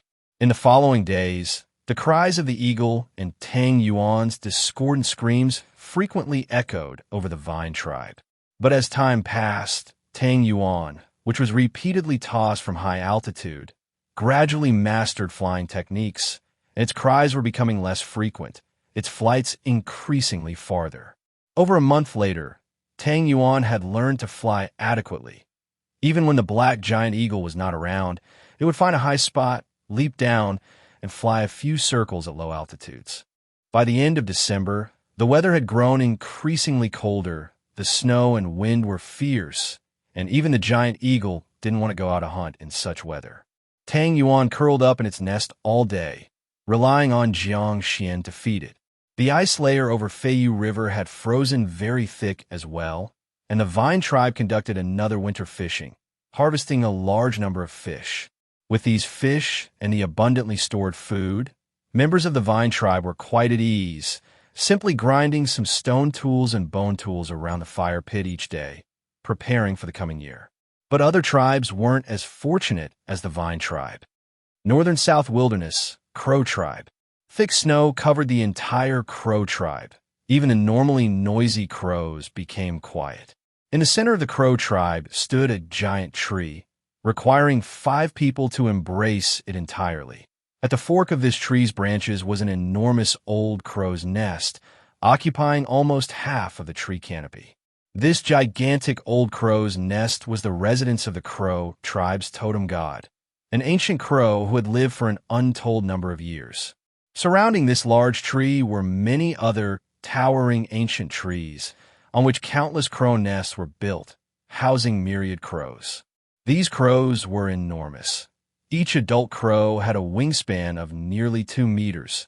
Though they couldn't carry a person, they had formidable fighting capabilities. Moreover, these crows obeyed the totem god's commands within the crow tribe, often playing a significant role in battles. It was thanks to these crows that the crow tribe lived well in the region, growing their population to over 3,000 and eliminating many nearby smaller tribes. However, with the continuous increase in the crow tribe's population, nearby prey had become fewer and fewer. They also lacked agricultural skills, including crude methods for taming wild beasts. Their food acquisition was too one-dimensional, leading to an emerging food crisis. More than 3,000 people, along with a vast number of crows, consumed considerable amounts of food daily.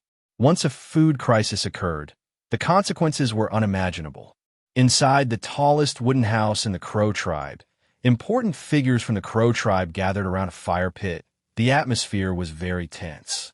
The crow tribe chief was a middle-aged man of around 35, with red and black crow tribe totem patterns painted on his face, along with 4 horizontal markings indicative of his status as a formidable 4-color warrior.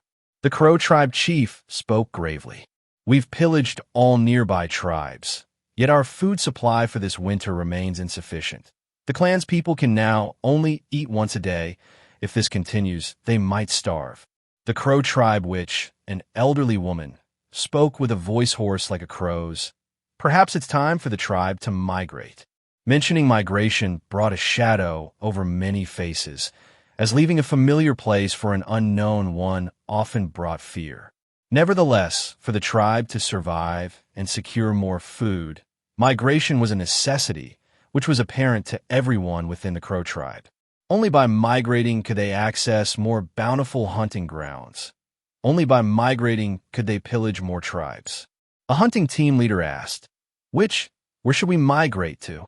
The crow tribe, which extended a shriveled hand resembling dried orange peel, pointing southwest. "The crow god has already shown us the way." Upon hearing this, no one in the room dared to suggest other opinions, because the crow tribe had a living totem god. Its will was the highest will of the entire tribe, allowing no opposition. Subsequently, the members of the crow tribe began discussing the migration details. Migrating a tribe of over 3,000 people was a cumbersome affair, requiring the transport of numerous items and confronting numerous obstacles along the way. By coincidence or fate, the direction indicated by the crow tribe, which happened to align with the vine tribe's location. Chapter 132. The Great Change in the Western Wilderness. Boom! In the 13th month of the second year since the vine tribe was established, the ice and snow still hadn't melted. However, in the west, dark clouds loomed for several consecutive days, accompanied by thunder and lightning, which was extremely terrifying. This was an unprecedented occurrence, and for a while, all the tribes were filled with dread, uncertain of what fate awaited them. In the vine tribe, the old witch stood in front of the bamboo house, gazing at the ominous sky in the west and the sporadic flashes of lightning, his expression very grave. Lately, he had been feeling anxious, as if something monumental was unfolding. Could it be that there's been some incident in the western wilderness? The old witch furrowed his brow and pondered for a long time before saying, "Why not? Go and see." The old witch was hesitant because it was the dead of winter, snow was falling everywhere, the weather was extremely cold, and there were unknown dangers over there. The old witch walked into the bamboo house, sat by the fire pit, and after contemplating for a long while, finally stood up again and said, "Let's go take a look. I'm at an age where death isn't frightening. What's there to be cautious about?" The old witch's eyes gradually grew resolute, a blazing fire burning in his heart.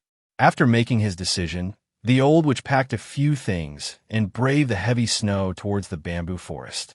The snow on the ground was deep, but the old witch didn't care. He trod heavily to Jiang Xuan's courtyard and knocked on the gate, covered with a thin layer of ice. Inside the bamboo house, Jiang Xuan, who was drawing a map, shouted outside, "Tang Yuan, go open the door." Under the bamboo shed, Tang Yuan reluctantly stood up, then waddled over to the gate, clutching with its beak the wood propping the door open, and then pulling open the gate with its beak. When it saw the old witch outside, it instinctively looked back but didn't spot the giant eagle. The old witch patted Tang Yuan's sturdy wing and laughed. "Little guy, you're growing tougher."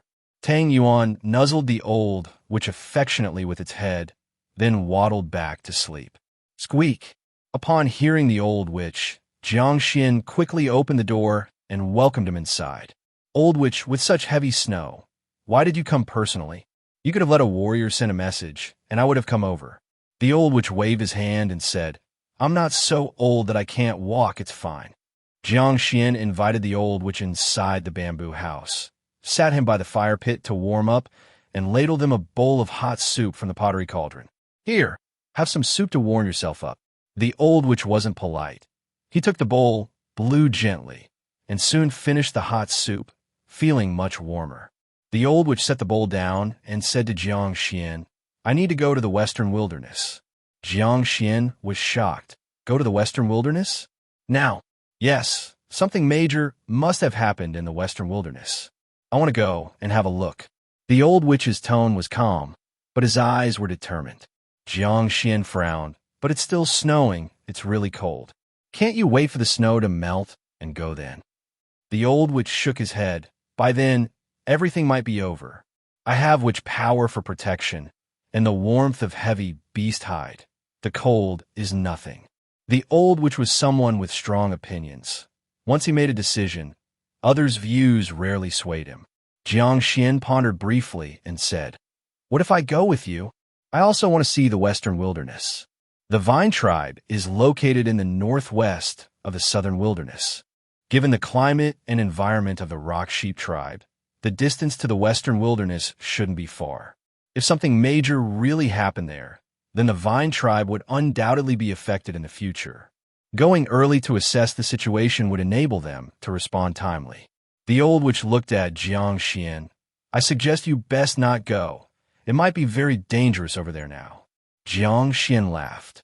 "Where isn't dangerous? Even staying quietly in the tribe, the disaster still couldn't be avoided. Besides, I'm now a four-color warrior, capable of protecting myself. In this perilous primordial world, danger might strike even if you do nothing. To survive, besides strength, one needed a bit of luck." Jiang Xuan believed his luck was quite good, and moreover, their journey to the western wilderness would be on a giant eagle, relatively safe.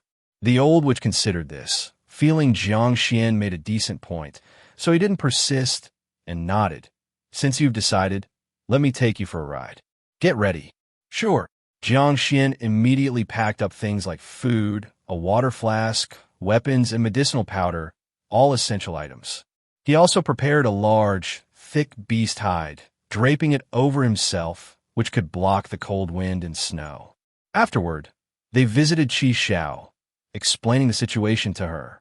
Actually, Qi Xiao wanted to go too, but if both Xi and Jiang Xuan left, who would manage the tribe? Therefore, Qi Xiao had to stay in the tribe. However, she gave Jiang Xuan plenty of various medicinal powders for emergencies. Jiang Xuan explained the tribe's matters to Qi Xiao and found Go Tung and others to request they take care of Tang Yuan temporarily. Once everything was prepared, Jiang Xuan and the old witch mounted the black giant eagle, heading towards the western wilderness. Screech! The black giant eagle let out a high-pitched screech, then flapped its tremendous wings, flying towards the western wilderness. Chapter 133. The Great Changes in Western Wilderness 2. In the bamboo forest yard, Tang Yuan watched the giant eagle fly away longingly. It really wanted to follow, but unfortunately, it hadn't fully grown and couldn't fly long distances, so it had to stay in the tribe. Qi Xiao also stood beside Tang Yuan, praying in her heart for Jiang Xuan and the old witch to return safely. In the sky, the giant eagle landed on a mountain peak to rest every half-day and hunt some prey. Jiang Xuan and the old witch, wrapped in thick, large beast hide, sat on the eagle's back, enduring the cold of high altitude. Fortunately, Jiang Xuan was already a four-color warrior. If he were a one-color warrior, he wouldn't be able to withstand such cold. To Jiang Xuan's surprise, the old witch seemed even more resistant to the cold than he was, probably protected by the mysterious witch power. Most of the time, they huddled entirely under the wide beast hide, occasionally lifting it to check the outside. The beast hide was frozen stiff, covered with thick ice and snow outside. Each lift required great effort, accompanied by the cracking of ice. This situation persisted until the third day of their journey. As the giant eagle took them deep into the western wilderness, the swirling snow suddenly disappeared, and there was no snow accumulation on the ground. The temperature in the western wilderness was actually higher than where the vine tribe was. Meanwhile, they often encountered dense clouds gathering, with occasional rolling thunder and silver snake-like lightning. What on earth is going on? Jiang Xuan couldn't understand the situation in the western wilderness. Why wasn't it snowing despite being winter, with many clouds gathering, thunder and lightning, but little rain? The old witch frowned. It really was abnormal. According to the records of successive witches from the Eagle tribe and some legends, the southern wilderness was the warmest, the northern wilderness the coldest, while the climates of the eastern and western wilderness should be similar. However, the climate in the western wilderness now was warm, which was clearly strange. On the fifth day of their journey, Jiang Xuan and the old witch had gone deep into the western wilderness. Then, an unexpected event occurred. That morning, large areas of fish-scale clouds appeared in the sky, along with a beautiful seven-colored glow. However, at noon, while they were resting on a mountain top, the black giant eagle suddenly let out a sharp cry and spread its wings, urging them to get on its back immediately. Once the old witch and Jiang Xuan hurriedly climbed onto the eagle's back, it took off immediately, flying not forward but higher and higher. Not only the giant eagle, but numerous birds simultaneously left the forest below, flying into the sky, while countless wild beasts were frantically running. Rumbling. At that moment, a sound like muffled thunder suddenly came from the ground, continuous and terrifying. Jiang Xuan and the old witch, sitting on the eagle's back, looked towards the ground. They witnessed a truly terrifying scene. The earth suddenly undulated like water waves, mountains crumbled, and boulders rolled. The ground was like a delicate porcelain suddenly shattered, with countless cracks appearing. Towering ancient trees crashed down, houses on the ground collapsed instantly, wild beasts on the ground wailed and ran, while the tribe people in the area also ran and wailed. Earthquake! Jiang Xuan looked at the terrifying scene on the ground, his face turning pale. The old witch's face was also pale.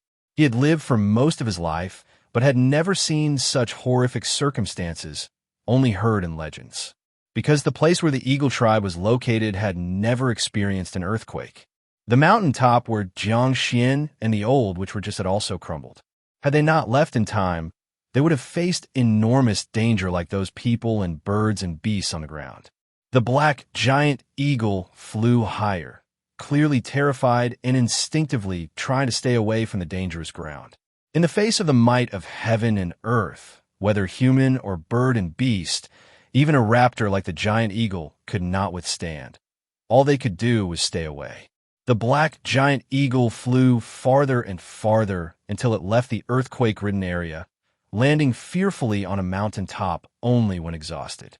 Jiang Xuan and the old witch felt a bit shell-shocked, as the earthquake scene had been too visually impactful. During that moment, the ground, always stable, became a raging sea, and countless creatures on it perished in this disaster. Jiang Xuan and the old witch did not leave the eagle's back. They sat there, taking a long time to recover from the shock. Eat something. Jiang Xuan took out some dried meat and dried fruit and handed it to the old witch. The old witch did not take the dried meat because his teeth were not good. He took a piece of dried fruit, chewed it slowly, but found it tasted like wax. Jiang Xuan ate some dried meat to stave off hunger, then said to the old witch, "Old witch, is this the reason for your unease?" The old witch pondered for a moment, then shook his head, saying, "No, I feel there is an even bigger crisis. It's an intuition. What kind of crisis could be greater than an earthquake?" Jiang Xuan felt a deep bitterness, for human power was utterly insufficient in the face of such crises. Like those tribes in the earthquake, survival depended only on luck. Fortunately, such a crisis did not occur in the southern wilderness. Jiang Xuan felt a wave of relief inside. Shortly after, Jiang Xuan looked at the scenery on the ground, increasingly noticing something amiss. The ground was a dry yellow, with hardly any visible water. Even a small river in the distance had dried up. "Old Witch, do you feel this place is a bit too dry?" The old witch said, "Isn't it always this dry in winter?" Jiang Xuan frowned. He instinctively felt something was off, but couldn't say what. After about an hour of rest, there hadn't been another earthquake like before, easing Jiang Xuan and the old witch's hearts a bit. They rode the black giant eagle, continuing westward to find the greater crisis the old witch had intuitively detected. On the sixth day, Jiang Xuan noticed a significant decrease in vegetation on the ground, and water sources were scarcer, the air even drier. Without any reference material, he wasn't sure if this was the western wilderness's characteristic or a change in recent years. But Jiang Xuan kept this situation in mind. On the seventh day, eighth day, as they continued deeper into the western wilderness, the ground's vegetation became increasingly sparse, with water sources like rivers and lakes becoming even more few. Meanwhile, the temperature gradually rose, the sun strikingly hung in the sky, bringing waves of heat. Jiang Xuan had put away the thick, wide beast hide, even taking off one of his beast hide clothing. "Old Witch, do the successive wizards of your eagle tribe have recorded this situation in the western wilderness?" The old witch looked at the dry ground, shaking his head in confusion, saying, "No, our eagle tribe knows very little about the western wilderness. But I remember it should be similar to the eastern wilderness. How could this happen?" Despite it being winter, the depths of the western wilderness were as hot as summer, while the ground's vegetation was sparse, water scarce, and even birds and beasts were reduced, like a desert.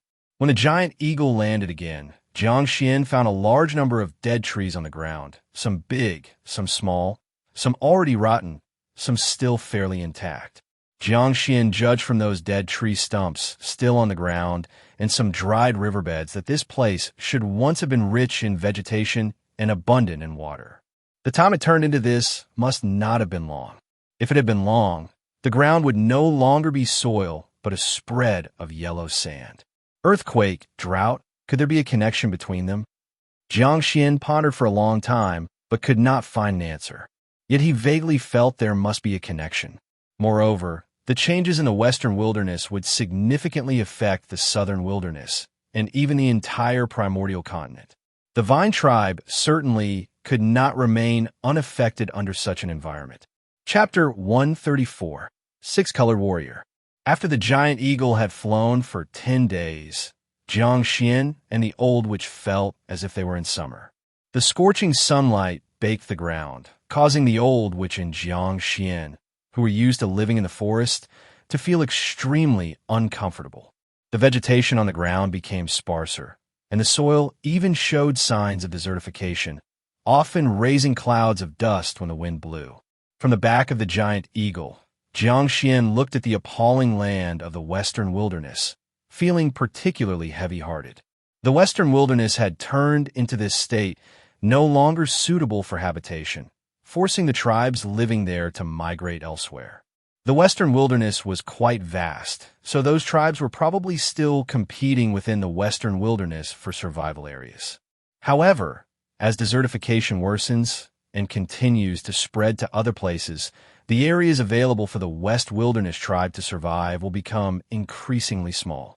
At that time, they will undoubtedly migrate to other places. Thinking of this, Jiang Xuan shivered because the Vine tribe's location was too close to the western wilderness. What should be done? Should they persuade the divine Vine to lead the tribe to migrate elsewhere? If that's the case, the Vine tribe would have to start over. While Jiang Xuan was worried about the changes in the western wilderness, a forest appeared ahead, with a small lake and a small tribe within it. Jiang Xuan said, "The giant eagle has flown for so long and is also tired. Let's rest at that tribe up ahead, eat something, and replenish some water." The old witch nodded and then directed the giant eagle to land outside the forest. Hoo-hoo-hoo! The giant eagle landed, stirring up a gust of wind that sent dust flying across the ground. Woo woo woo. The small tribe within the forest had long seen the giant eagle, and when it landed, 200 to 300 tribespeople armed with various crude weapons surrounded them, shouting frantically. On the back of the giant eagle, the old witch shouted to the tribespeople, "We are from the eastern wilderness's eagle tribe, just passing through, looking to replenish some water and mean no harm." Jiang Xuan also held his bone spear, guarded against any sudden attacks from these people. Eastern Wilderness, Eagle Tribe, I've heard of this tribe. From the crowd emerged an unusually tall and robust tribesman. He had black and blue interwoven totem patterns painted on his face, looking very strange, somewhat like some big-eyed frog. Behind him followed a giant frog with an alarming set of teeth. What was even more frightening was that Jiang Xuan noticed he had 6 different colored horizontal stripes painted on his face. 6-color warrior? Jiang Xuan's pupils contracted sharply, feeling a bit incredulous. Jiang Xuan had been in this world for 2 to 3 years now, and not only had he never seen a 6-color warrior, he hadn't even seen a 5-color warrior. Most people in small tribes probably haven't even heard that warriors come with 6 colors. The most outrageous thing is this is clearly a small tribe, and the tribespeople are as skinny as monkeys. Yet there's a 6-color warrior? At this moment, the old witch said quietly, "Fake! Fake!" Jiang Xuan looked at the old witch in astonishment. The old witch nodded slightly, with a faint smile on her face. It was this kind of trick? What happened to the supposedly honest tribespeople? Jiang Xuan felt a bit dumbfounded. It was his first time seeing someone use such a method to bluff. In the southern wilderness, the warriors of each tribe were relatively honest, painting as many horizontal stripes as their strength allowed, without deceit. Because these colored horizontal stripes aren't just for outsiders to see, they're also a symbol of honor for the tribe itself. The stronger one's strength, the more stripes they have, and their voice carries more weight in the tribe. They take more resources and are more favored by the tribe's women. If one doesn't have the strength but paints many stripes, even within their own tribe, they will be drowned by everyone's spittle. Without turning his head, Jiang Xuan also asked quietly, "Then what rank warrior is he?" Jiang Xuan knew that the old witch possessed mysterious witch power, so it was no surprise she could see through a warrior's true strength. The old witch confidently replied, "At most, 3 colors."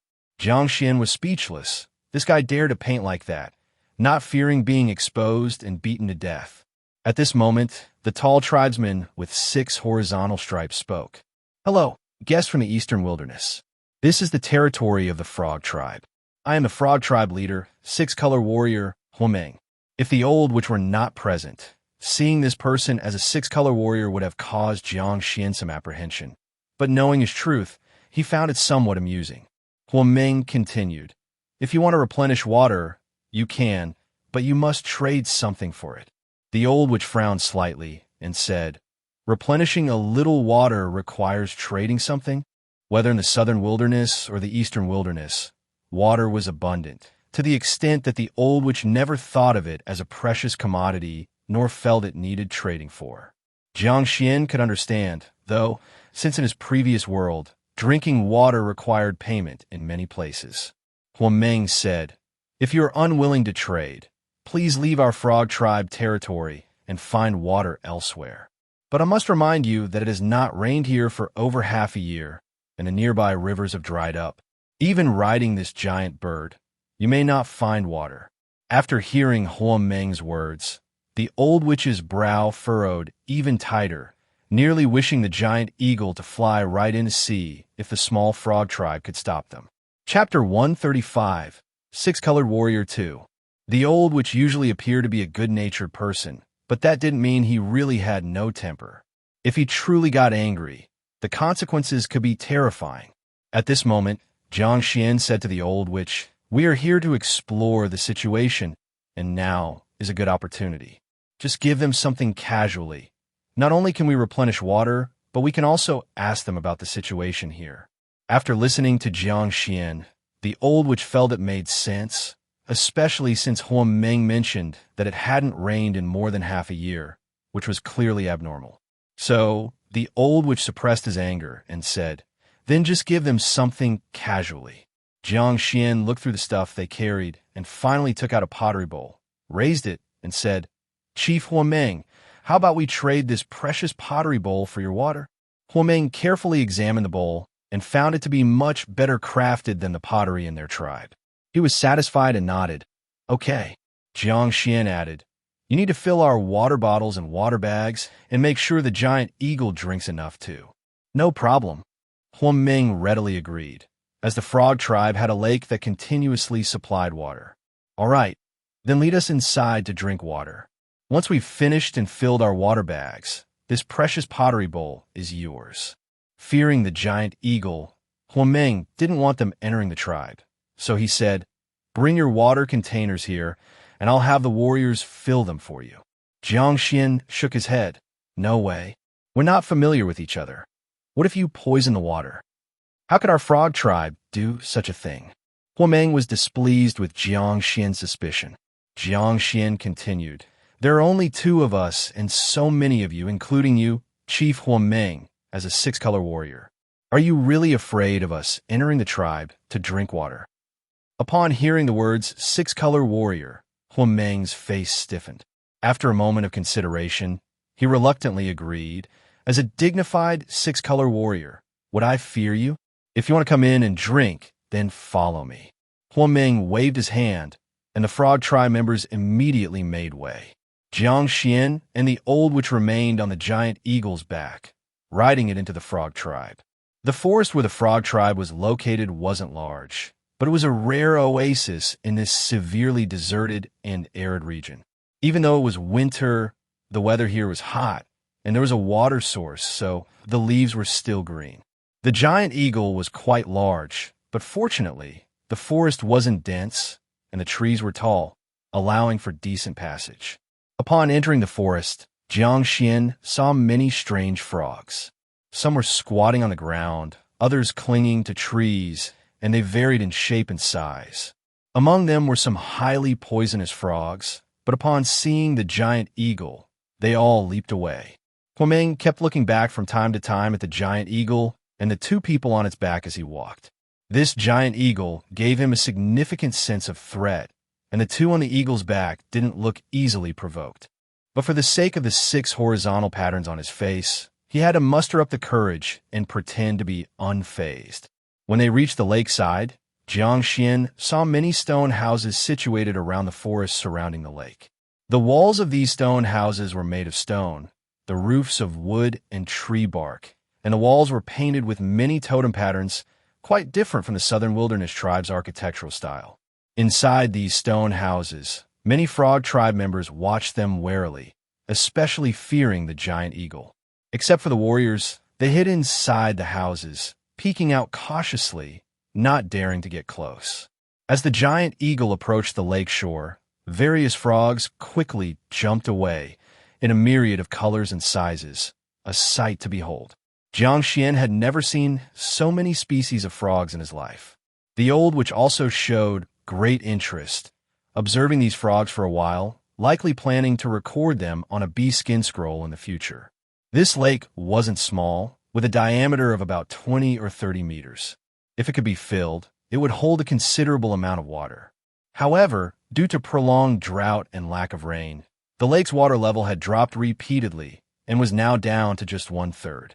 If the drought continued, the water level would drop further, possibly even drying up completely. Huameng led them to the lake's edge and said, "All right, you can drink water now." "Thank you, Chief Huameng." The giant eagle walked to where there was water, then lowered its head and began to drink in large gulps. After flying for so long, it was very thirsty. Jiang Xuan and the old witch also got off the giant eagle's back, drank their fill, and then filled all their water bottles and bags, finally breathing a sigh of relief. In such a hot environment, lack of water was a significant threat. Even though they could endure more than ordinary warriors, they couldn't go on without drinking water for long periods. Now, with this water, they could last a while longer. After the giant eagle had its fill, Jiang Xuan walked to the lake shore and handed the pottery bowl to Huameng, completing the trade. Huameng inspected the pottery bowl for a while, turning it over several times, before nodding in satisfaction. This pottery was much better than the worn-out pottery in their tribe. As a result, Huameng found Jiang Xuan much more agreeable. Huameng added, "Do you need food? You could trade pottery for it too." Chapter 136, Six-Color Warrior 3. Jiang Xuan glanced at the old witch, and seeing that the old witch made no response, he asked, "Do you have any meat?" "Yes." "Good. Then let's make a trade again." This time, Jiang Xuan took out a pottery jar full of items and said, "This jar should be worth at least a large beast, right?" The pottery jar had many exquisite patterns and was very beautiful. At first glance, Huameng was smitten with it. He hesitated for a moment and said, "I'll trade you a twisted horn sheep for it." Jiang Xuan said, "Then let me see how big your twisted horn sheep are." Huameng instructed the two warriors behind him, and they immediately ran to the stone house. Before long, they returned carrying a struggling, twisted horn sheep. Jiang Xuan had never seen this kind of twisted horn sheep in the southern wilderness. It should be a specialty species of the western wilderness. It weighed about 100 and some pounds, somewhat resembling a goat, with short yellow-brown wool and a pair of twisted large horns on its head. "Is this twisted horn sheep big enough?" Huameng asked confidently. Jiang Xuan was eager to inquire about matters regarding the western wilderness, and indeed, the food here was quite scarce compared to the southern wilderness. "So," he nodded and said, "if you can help us slaughter the twisted horn sheep and build a fire to roast the mutton, the deal is on." "That's simple." Huameng immediately instructed the two warriors to slaughter the sheep and took a fire starter from a stone house, lighting a bonfire by the lakeside. The sheep's blood and entrails were fed to the giant eagle. The mutton was cut up and skewered with wooden sticks for roasting. After the twisted horn sheep was slaughtered, Huameng obtained the pottery jar he wanted, caressing the patterns on it with a delighted expression. Jiang Xuan even generously invited Huameng to join them in eating. This put Huameng in a pleasant mood, improved his impression of Jiang Xuan, and diminished some of his vigilance. Soon, the aroma of the roasting twisted horn sheep spread all around. Huameng, Jiang Xuan, and the old witch sat by the bonfire at the lakeside, eating roasted mutton and enjoying this rare moment of relaxation. Seizing Huameng's happiness, Jiang Xuan asked, "Chief Huameng, earlier I heard you say it hasn't rained here for more than half a year. Can you tell us what's going on?" The old witch also looked at Huameng, as it was a matter of great concern to him as well. When this issue was brought up, Huameng's face turned somewhat bitter. He pointed to the nearby lake and said, "In the past, the waters of the divine lake were full and flowed out into several small streams, and the surrounding vegetation was very lush, with plenty of game. Back then, dense forests surrounded our frog tribe, and several other tribes lived in this area. But I don't know when it started, the weather gradually turned dry, with months or even half a year passing without rain. The stream flow was the first to break off, and the waters of the divine lake decreased, the forest gradually shrank, and the game became scarce. The few tribes around our frog tribe all migrated away. If it weren't for the divine lake, our frog tribe might have left this place long ago." This wasn't any secret, so Huameng spoke straightforwardly, and after finishing, his mood turned somewhat gloomy. Huameng also told Jiang Xuan and the old witch that in the past, it snowed in this place too, but in recent years the winter had become increasingly warm, and even the snow stopped falling. As for the exact reasons for these changes, he couldn't figure it out. Jiang Xuan and the old witch both furrowed their brows, as the problem hadn't been resolved. But at least they had learned some history of the western wilderness. As to why the western wilderness turned out this way, they still needed to find the answer. Chapter 137, The Desert and the Great Rift Valley. The giant eagle carried Jiang Xuan and the old witch away from the frog tribe. By the lakeside, the frog tribe leader Huameng watched the giant eagle gradually shrink in the distance. Remembering his previous conversation with the two, feeling as if a heavy stone was pressing on his heart. He touched his face, painted with 6 horizontal lines, but he knew clearly that it was false, merely a facade to intimidate others. If only I were truly a 6-color warrior, That would be wonderful. Huameng let out a sigh. He then turned to look at the divine lake, where the water level was gradually decreasing, and at the countless frogs by the lake, as well as the hundreds of tribe members in the forest. Perhaps one day, if the divine lake dries up completely, where will our frog tribe go then? The frog tribe is not strong, even considered relatively weak, and without the protection of the totem god, even if they migrate, they may not be able to seize a suitable place to live and also face the risk of being annihilated on the road. Thinking of this, Huameng's brows furrowed into the shape of the Chinese character Ch. The man who appeared very tall and mighty, at this moment, felt helpless like a child. In the sky of the western wilderness, the giant eagle continued to fly forward. The further it flew, the hotter the temperature became, the sparser the vegetation on the ground, and the more severe the desertification. On the 12th day of flight, Jiang Xuan and the old, which finally saw a real desert. In this place, yellow sand filled the sky, and if a strong wind arose, it would whip up terrifying sandstorms, engulfing everything. At dusk, the giant eagle landed on the ruins of an already abandoned tribe. Jiang Xuan dismounted from the eagle's back, gazing at the ruins half buried by sand and dust, then grabbed a handful of scorching sand, saying, "This kind of place is no longer suitable for habitation." The old witch, who had never seen a desert, was even more shocked by this stretch of desert.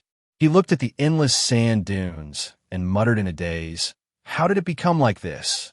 Jiang Xuan noticed a large number of dead trees among the sand, half buried in sand, some severely weathered, others relatively intact.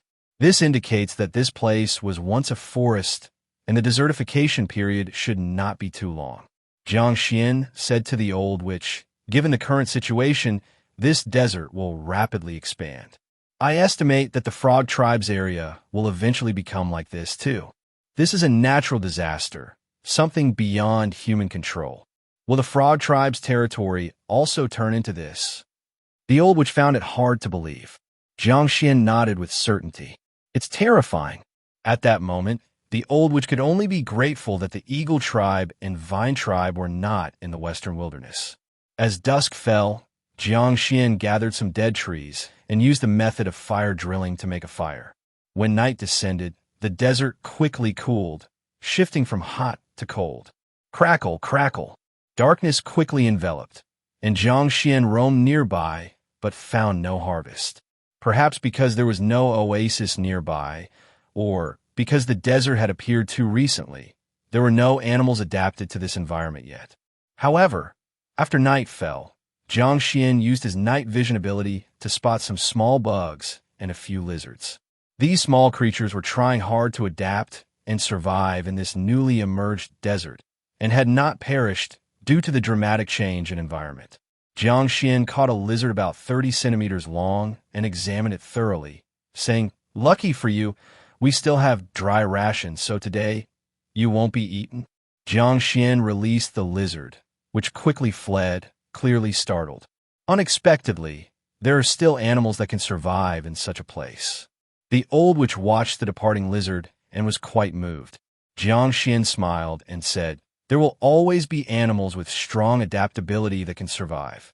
The old witch nodded, saying, "Indeed, those with strong adaptability can survive anywhere." That night, Jiang Xuan and the old witch ate some dry rations and drank some water, then laid down a large beast hide by the fire and slept. The next day, they continued flying on the giant eagle. In the following days, they found 2 oases with water sources in the desert, where quite a few wild animals lived, and the giant eagle filled its belly in the oases. On the 18th day of entering the West Desert, they finally made a significant discovery. It was a huge rift valley, stretching countless kilometers, extending forward from the desert of the western wilderness. Heavens, the earth has cracked open. The old witch stared at the endless great rift valley, deeply shocked by the sight, something he had never seen anywhere before. Jiang Xuan had also not seen such a rift valley, but he had heard in his past life that there was a continent with a famous Great Rift Valley. However, he couldn't figure out whether the Rift Valley before them was the same as the one he had heard about in his previous life. Boom! Suddenly, the ground below shook violently, kicking up clouds of dust. The giant Rift Valley trembled, and countless sand and stones rolled down into the unfathomably deep valley. Cry! The black giant eagle instinctively sensed danger, then quickly turned and flew back. Not long after the black giant eagle flew away, a mountain peak beside the Great Rift Valley suddenly cracked open, and billowing black smoke rose from it, resembling thick dark clouds. The giant eagle got frightened and flew even farther. Jiang Xuan and the old witch, however, turned back and kept staring at the cracked mountain. Boom! Before long, a terrifying flow of magma erupted like a fountain from the mountain's summit. The red magma splattered around like water droplets and flowed down the mountain slopes. Volcanic eruption. Only after seeing this scene with his own eyes did Jiang Xuan realize how terrifying a violent volcanic eruption could be. Fortunately, this was an uninhabited desert. Otherwise, it would have spelled a massive disaster, causing countless living beings to perish. The old witch was so shocked that he couldn't speak. Such an apocalyptic scene made him feel deep fear. Boom! Soon afterward, another volcano erupted, and the sky over there became as dark as ink, not with dark clouds, but with volcanic ash that had yet to fall. The ground continued to tremble, and the giant eagle desperately fled, not daring to land. Jiang Xuan suddenly thought of something and said to the old witch, "Have the giant eagle fly in the direction where the ground is cracking open." The old witch nodded, and then had the giant eagle do as Jiang Xuan said. Though the giant eagle was a bit reluctant, it changed direction and flew forward along the Great Rift Valley. The farther the giant eagle flew, the narrower the rift became, as if a river were flowing upstream, where the source might be just a few puddles. Gradually, they moved away from the volcanic eruption zone, and the Great Rift Valley below continued to extend forward. Moreover, the area where the Great Rift Valley was located occasionally experienced earthquakes, and the giant eagle would only dare to land far from the rift whenever it rested. After flying for 3 days like this, they finally reached the end of the Great Rift Valley, where the ground crack was only a few centimeters wide. Rumble! However, after another tremor, the ground crack continued to extend forward. If this continues, the Great Rift Valley will only grow longer and wider. In the end, will it split the primordial continent into 2 halves or more? By then, what will the Eastern Wilderness, Western Wilderness, Southern Wilderness, and Northern Wilderness become? Thinking of these, Jiang Xuan both wanted to see the final result and felt a heavy burden. He was unsure of what the Vine tribe would become during such upheavals and whether it could withstand the impending challenges. Jiang Xuan said to the old witch, "The changes in the Western Wilderness should be related to the ground continuously cracking open." The old witch looked at the continuously splitting ground and nodded heavily. Besides this reason, based on his knowledge, he couldn't think of any more causes. Staring at the seemingly endless rift, the old witch said, "It's time to return, and I don't know where this fissure will ultimately lead to." Jiang Xuan said helplessly, "We can only leave it to fate." "Yes, leave it to fate," the old witch replied with a complex expression, as he believed he didn't have many years left to live and was unsure how much more change he'd witness. Jiang Xuan added, "Since we can't find anything more significant, I think we should go back too." This time they had been out for quite a while, and when they returned, the ice and snow in the southern wilderness might have melted. Especially knowing the environment in the western wilderness had deteriorated to such an extent, Jiang Xuan eagerly wanted to return to the tribe to make more preparations to face future challenges. Let's go back. The old witch had no objections to this. During this trip, he had seen too much and decided to convey what he had witnessed this time on beast hides and rock walls upon returning. The two of them climbed back onto the giant eagle and embarked on the return journey. Screech! The giant eagle circled in the sky, took one last look at this desert, then headed toward the southern wilderness. Rumble! Crack, crack, crack! The ground continued to tremble occasionally, and a massive rift kept extending forward, its end unknown to anyone. On the way back, Jiang Xuan and his companions passed by the frog tribe. They replenished their food and water at the frog tribe. Before leaving, Jiang Xuan said to the frog tribe leader Huameng, "If one day your tribe migrates to the southern wilderness, you can come to the vine tribe to find us." Huameng, surprised, asked, "Aren't you people from the eagle tribe of the eastern wilderness?" Jiang Xuan, sitting atop the giant eagle, flashed a neat smile and pointed to the old witch, saying, "He's from the eagle tribe, not me. Let me formally introduce myself.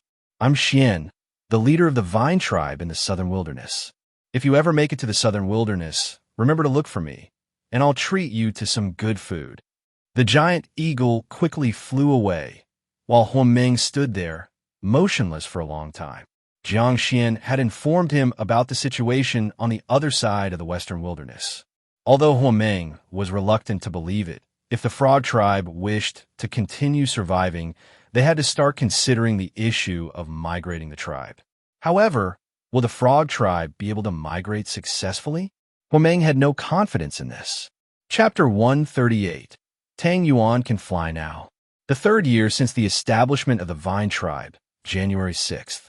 When Jiang Xuan and the old witch returned to the vine tribe, 6 days had already passed since the snow and ice began melting. The snow and ice had almost completely melted, leaving only a few patches lingering in the forest's sunless, perpetually damp areas. Screech! A giant eagle soared over the vine tribe, letting out a piercing screech. Its mood was evidently just as excited to be back at the vine tribe. The leader is back. On the ground, a sharp-eyed warrior from the vine tribe spotted Jiang Xuan on the back of the giant eagle and immediately shouted excitedly. Subsequently, more people rushed out of their bamboo huts, cheering in waves. Jiang Xuan and the old witch had been away for a month, causing many to worry, fearing something might have happened to them. Now that Jiang Xuan and the old witch were back safely, everyone breathed a sigh of relief. Xian and the old witch are back. In the courtyard beside the altar, Qi Xiao tossed aside the herbs in her hand and ran out with a face full of joy. Yep. In Jiang Xuan's courtyard, Tang Yuan, who had been sulking under the bamboo canopy, called out in surprise and then rushed outside. It kicked with its legs, flapping its wings rapidly, and actually flew up directly. Tang Yuan soared into the sky and saw the giant eagle descending, along with the old witch and Jiang Xuan on its back. Yep, Tang Yuan called out again and quickly flew toward the empty space where the giant eagle was landing. In the sunlight, Tang Yuan's purple feathers gleamed beautifully. As the giant eagle landed, Tang Yuan landed almost simultaneously. It excitedly ran over, standing beside the giant eagle. "Tang Yuan, you can fly now." On the giant eagle's back, Jiang Xuan was surprised to discover that Tang Yuan had grown a size larger than before, and its flight was much steadier. Yep, Tang Yuan proudly lifted its head, its eyes full of smugness. "Let me unload the stuff first." Jiang Xuan untied the beast-hide bag from the eagle's back and carried it into the old witch's bamboo hut. Soon after, Qi Xiao arrived as well. Although she was very excited, she didn't say much, only helping Jiang Xuan move the beast-hide bags and tidy up the bamboo hut. She was never good with words, just silently working. Soon, leaders like Go Tung, Shi Qiu, Ningxing, Jingjie, and others arrived. With everyone's help, the fireplace in the old witch's bamboo hut was soon burning vigorously again. Once everything was set, everyone gathered around the fireplace to hear Jiang Xuan recount the experiences and gains from this trip. Jiang Xuan briefly recounted what they encountered along the way, and everyone listened attentively. Water shortages, earthquakes, volcanic eruptions, deserts, the Great Rift Valley. Such sights are hard to imagine for those who haven't witnessed them firsthand. They were particularly interested in the frog tribe, especially the various giant frogs within it. At the end, Jiang Xuan said solemnly, "The situation in the western wilderness is more serious than we imagined. We must prepare to fight against the tribes migrating from the western wilderness at any time. Migrating tribes often battle with natives for territory to seize better living grounds, and bloodshed is inevitable. The Vine tribe is the indigenous group in the southern wilderness now. If they want to continue living here, they must fight against all invaders and secure the final victory. For the Vine tribe, with a population of less than 300, this is an enormous challenge. Jiang Xuan said, "Leader, tell us, what should we do?" Others nodded in agreement, all trusting that Jiang Xuan could lead the tribe through the crisis. Jiang Xuan had pondered this question countless times on the way back, and now shared the methods he had thought of. First, strengthen the defense behind Stone Mountain. Assign 2 warriors from the guard team to watch the area. If any other tribe approach, report to the tribe immediately. Second, construct more bamboo rafts and build a second settlement on the opposite bank of the Feiyu River. If we encounter opponents we can't resist, the other side of the Feiyu River will be our retreat. Third, hold a ceremony to transform the people brought back from the Mosquito tribe last year into warriors, allowing them to truly join the Vine tribe. Fourth, set numerous traps around the tribe and dig more tunnels. If we can't defeat the enemies, we can still retreat into the tunnels and fight them using the favorable terrain. Fifth, continue reclaiming wasteland, planting more crops, recruiting more wanderers, and manufacturing more weapons. Jiang Xuan listed everything the Vine tribe needed to do in the future, doing his utmost to prepare for the coming crises. Everyone committed Jiang Xuan's words to memory. Their thoughts were simple: just follow the leader's orders. Subsequently, Jiang Xuan assigned specific tasks. Hunting Team 1 and the Guard Team were to construct the western defenses, while Hunting Team 2 and the Fishing Team were responsible for building more bamboo rafts and constructing houses on the opposite bank of the Feiyu River. The Planting Team and Breeding Team continued to plant and rear livestock, providing food for the tribe, while Dong Kuei and others were responsible for digging tunnels. After receiving their tasks, the leaders dispersed, each leading their team to work. Soon, only Jiang Xuan, Qi Xiao, and the Old Witch remained in the house. The Old Witch had observed Jiang Xuan's performance carefully and admired the young man. Despite his youth, Jiang Xuan was meticulous and organized, earning the Old Witch's special appreciation. The Old Witch said, "I'll be staying temporarily at the Vine tribe for now, so feel free to ask if you need any help." Jiang Xuan gratefully replied, "Old Witch, your presence here is the greatest help to the Vine tribe." Though the Old Witch had not taken action, his strength was beyond doubt. Even for Jiang Xuan, a 4-color warrior, facing him felt unfathomable. Adding the fierce giant eagle, it was an undeniably formidable force. As long as the Old Witch stayed at the Vine tribe, it provided significant deterrence. The 3 discussed the western wilderness for a while longer, and then Qi Xiao consulted the Old Witch on matters of witchcraft. Finding it overwhelming, Jiang Xuan left the bamboo hut. When Jiang Xuan stepped outside, Tang Yuan immediately ran over, affectionately rubbing his head against him, expressing its happiness. Then Tang Yuan squatted down, indicating for him to sit on its back. "Tang Yuan, do you want to take me flying?" Tang Yuan nodded, eager to show off its new skill like a child. "All right, I'm coming up." Jiang Xuan climbed onto Tang Yuan's back, and Tang Yuan stood back up. After a winter of feeding, Tang Yuan was much larger, with a wingspan nearing 8 meters. Standing up, it was much taller than Jiang Xuan. Everyone was amazed at Tang Yuan's growth rate, unsure of how massive it would be once fully grown. Tang Yuan screeched excitedly, kicked off with its legs, and flapped its large purple wings, taking Jiang Xuan into the air. It circled over the Vine tribe, calling out proudly. Jiang Xuan sat on Tang Yuan's back, listening to the whistling wind and watching the scenery below with deep emotion.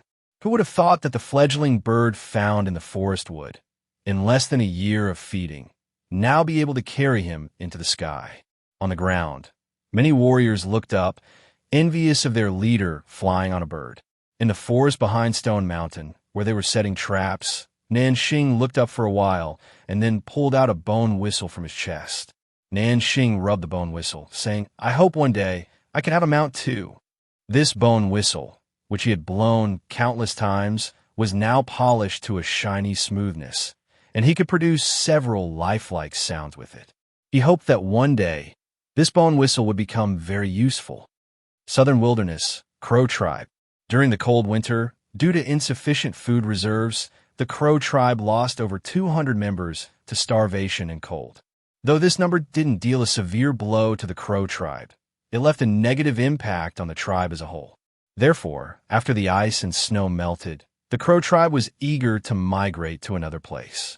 They desperately searched for all kinds of food, recklessly plundering all resources in preparation for migration. Once they amassed sufficient food, the tribe of over 3,000 would begin migrating. At that time, these crows would inevitably stir up a bloody storm. Chapter 139, Migration Wave.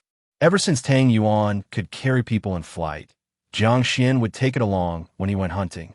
Tang Yuan not only helped them drive the prey, but also provided aerial reconnaissance, quickly detecting dangers around.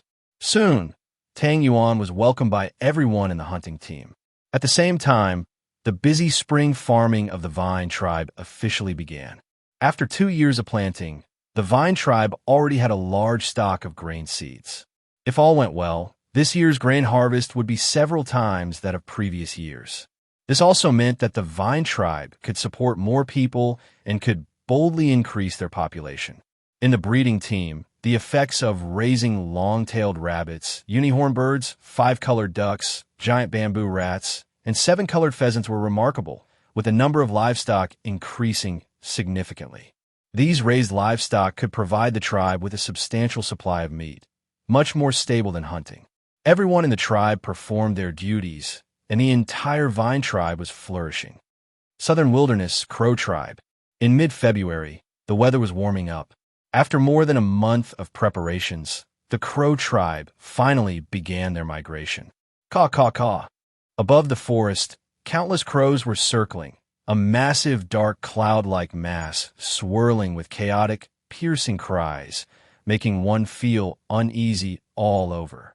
In the giant old crow's nest in the center of the Crow Tribe, a terrifying black giant crow opened its eyes, and 2 blood-red beams of light shot from its eyes, illuminating the entire nest. Under the big tree, the Witch of the Crow Tribe knelt on the ground, saying, "Please, Crow God, lead the tribe to find a new dwelling place." Behind the Witch of the Crow Tribe, over 3,000 tribe members knelt in a dense crowd, creating a solemn and eerie scene, so much so that even the children didn't dare to cry or fuss. Inside the old crow's nest, the giant black crow slowly walked to the edge of the nest, surveying the kneeling tribe members below, then spread its wings and soared into the sky. Caw-caw-caw. All the black crows erupted with excitement, swirling around the giant crow, continuously calling with their hoarse, unpleasant cries. All nearby birds and beasts were frightened away, and even the insects didn't dare to chirp anymore. The Witch of the Crow Tribe stood up and said to the Crow Tribe leader beside her, "Let's move out." The leader of the Crow Tribe also stood up and shouted loudly to all the tribe members, "Move out." More than 3,000 tribe members immediately stood up, carrying food and tools, and followed the crows in the sky, embarking on their migration. At the same time, with the frequent occurrence of disasters such as earthquakes, droughts, and hail, the various tribes in the western wilderness couldn't hold out any longer and began migrating to other areas. The eastern wilderness and southern wilderness were the first choices for migration, while the northern wilderness had a relatively cold and harsh environment, so most tribes from the western wilderness would not migrate in that direction. Such large-scale migrations led to intense conflicts between tribes, and countless bloodshed occurred along the migration paths. Among them, the Jackal tribe, closest to the southern wilderness and known for its formidable combat strength, was the most notable. The Jackal tribe had over 3,000 members and was one of the first to migrate. Awoo! In the Jackal tribe, a large jackal let out a thunderous howl, followed by countless jackals howling to the sky, scaring all the animals in the nearby mountains and forests into a mad escape. Wild jackals were relatively small, but the jackals in the Jackal tribe were particularly large, capable of carrying warriors in battle and possessing strong combat capabilities. This was one of the reasons the Jackal tribe was so powerful. Set off to the southern wilderness and seize a new territory. The chief of the Jackal tribe sat on the back of a tall jackal, shouting loudly, then led over 1,000 warriors riding jackals to clear the way.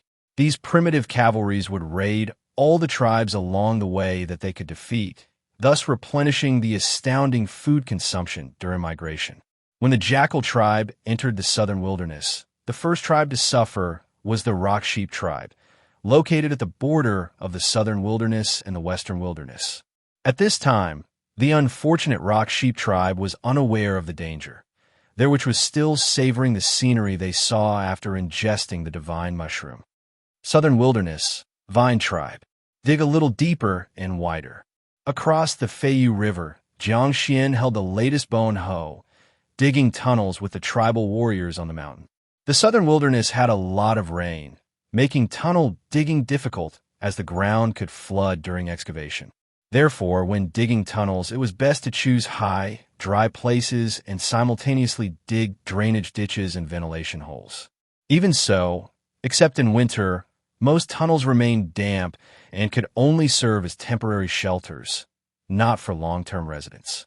If the location were drier, like the high mountains of the Rock Sheep tribe, one could even live in dugout caves without building houses. For instance, the witch of the Rock Sheep tribe had always lived in a mountain cave. To prepare for the future, the Vine tribe arranged 3 lines of defense. The first defense was, of course, the Vine god, the most crucial defense. If the Vine god could not withstand it, the tribe members would have no choice but to flee for their lives.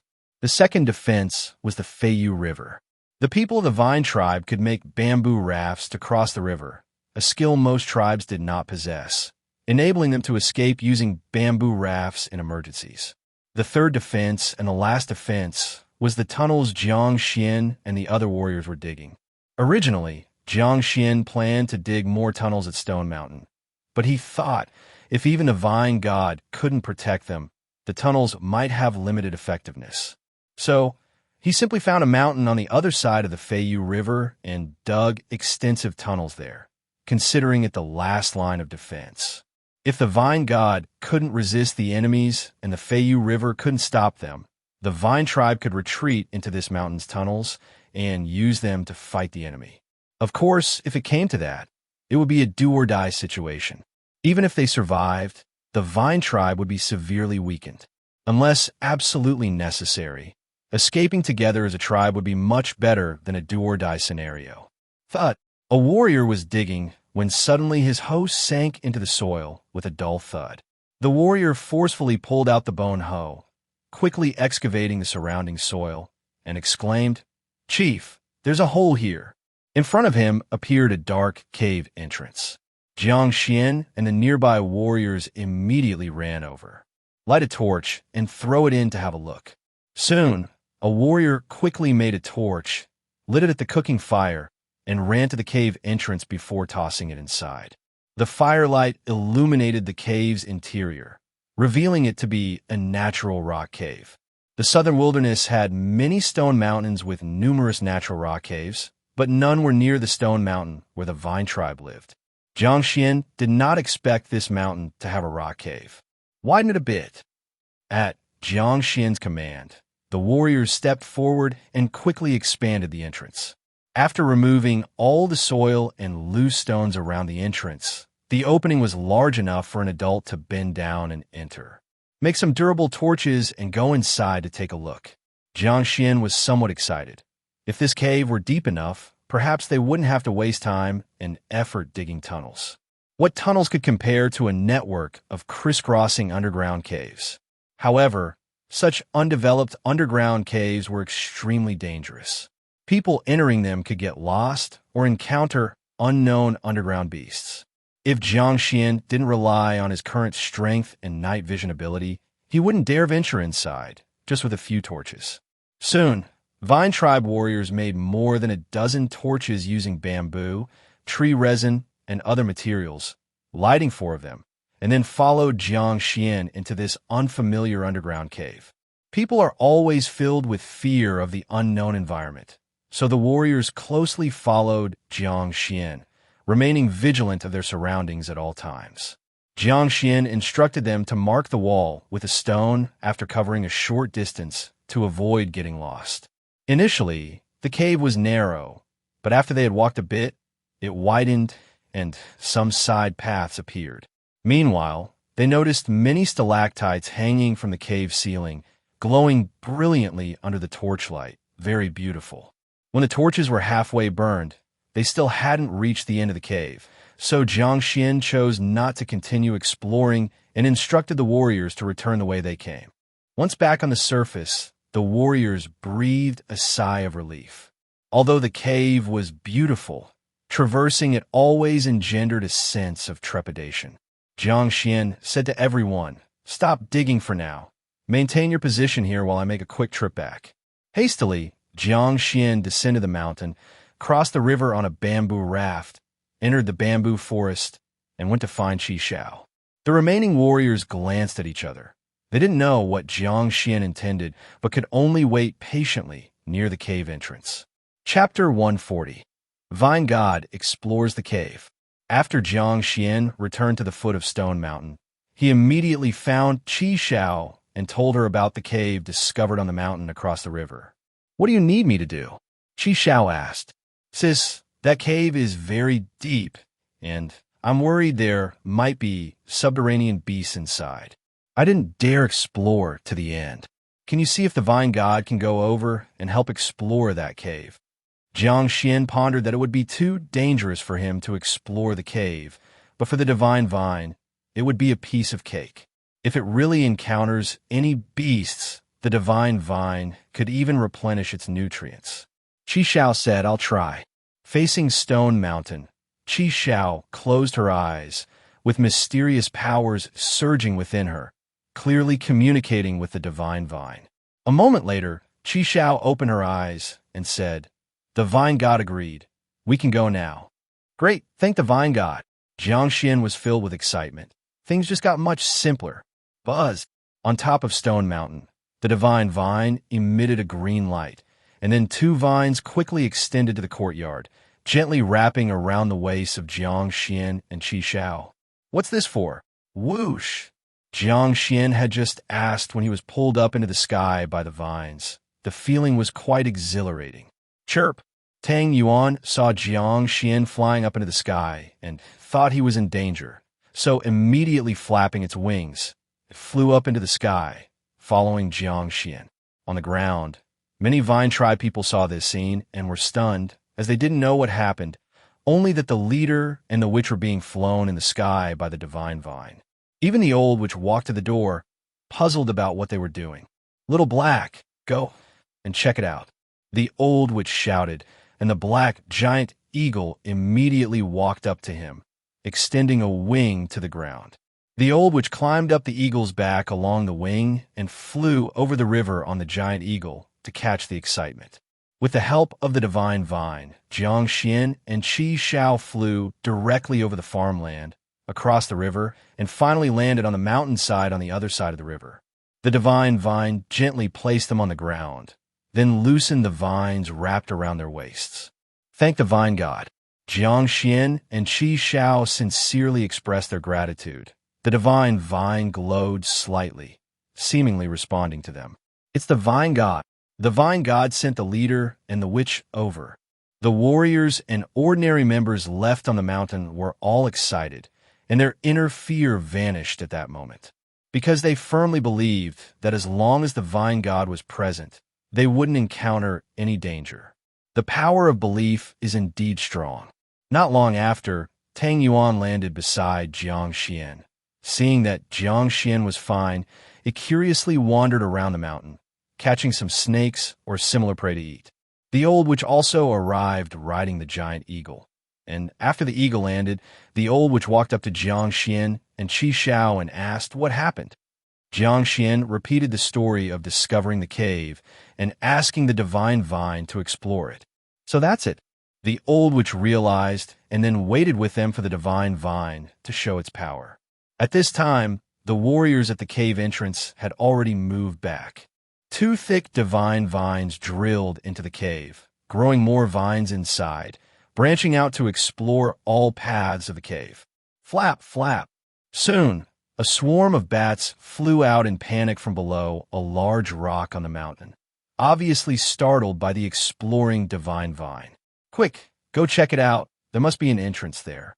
Jiang Xuan ran quickly towards the direction the bats flew out, followed closely by Qi Xiao and other warriors. Soon, they discovered a relatively spacious cave entrance, about 2 meters high and 1.5 meters wide, covered in shrubs, and would have been hard to find without the bats flying out. Clear this area. Jiang Xuan was delighted. This was much better than the previously discovered entrance.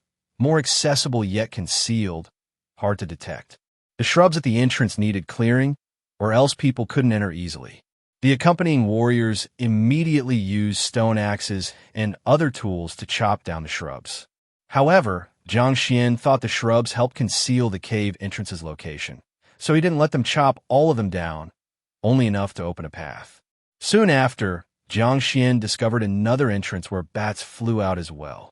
But that entrance was very small, children couldn't even crawl through, not of much use. Roar! At that moment, strange beast roars suddenly came from inside the cave. Jiang Xuan's face changed, and he said, "There really are subterranean beasts present."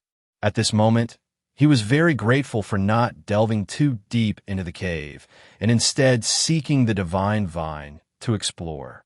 Otherwise, encountering those terrifying subterranean creatures, even as a 4-color warrior, he might not be able to handle them. Inside the cave, the divine vine suddenly emitted a great burst of green light, so strong that even the entrance could see its terrifying divine glow. Roar!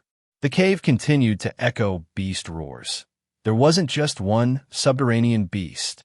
Upon hearing such strange, unfamiliar beast roars, the warriors of the vine tribe instinctively felt danger, but with the divine vine present, they didn't feel fear. Currently, within the underground cave, there were 2 grotesque, subterranean beasts encountering the divine vine from different caves. They were over 10 meters long, resembling large lizards, with mouths full of sharp teeth.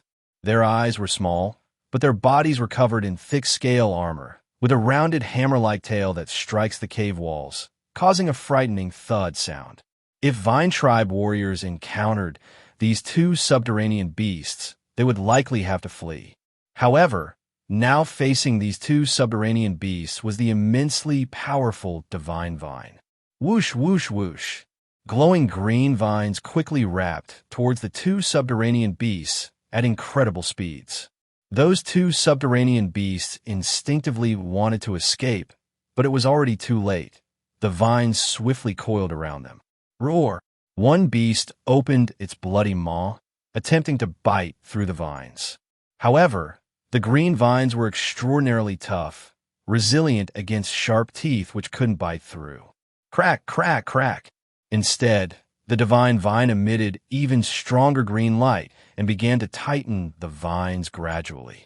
The 2 subterranean beasts screamed in agony. Their bones were being shaped irregularly by the vine's constriction. Moreover, the vines surprisingly sprouted numerous aerial roots. These tiny aerial roots burrowed into the beast's scale armor and pierced through areas like their eyes, mouth, and nose, quickly extracting their blood essence. Before long, the 2 terrifying subterranean beasts were drained dry. The divine vine replenished a large number of nutrients, its aura seemingly stronger than before, and dragged the 2 massive carcasses out of the cave, up to a spot not far from the entrance. Because the entrance was narrow, the divine vine couldn't drag the 2 carcasses directly outside and didn't want forcefully to damage the cave, so it stopped at that spot. The divine vine withdrew from the cave, pausing beside Qi Xiao briefly, then rapidly shrank back to the divine mountain. Qi Xiao said to Jiang Xuan, "The vine god mentioned there are good things inside. Let's go in and retrieve them." Jiang Xuan immediately summoned several warriors, instructing them to light torches and enter the cave together. Upon entering the cave, Jiang Xuan gasped when he found the 2 massive subterranean beast carcasses. The sight of such giant beasts alone conveyed a sense of extreme danger, not something ordinary warriors could handle. But now, they were the spoils of the Vine tribe. Such treasures! Jiang Xuan held a torch, observing the solid, wide-scale armor, sharp teeth, and the tail's bone hammer, feeling incredibly pleased. With beasts like these, their scale armor, beast teeth, beast bones, etc., are treasures, perfect for crafting excellent tools. Disassemble them and transport everything out.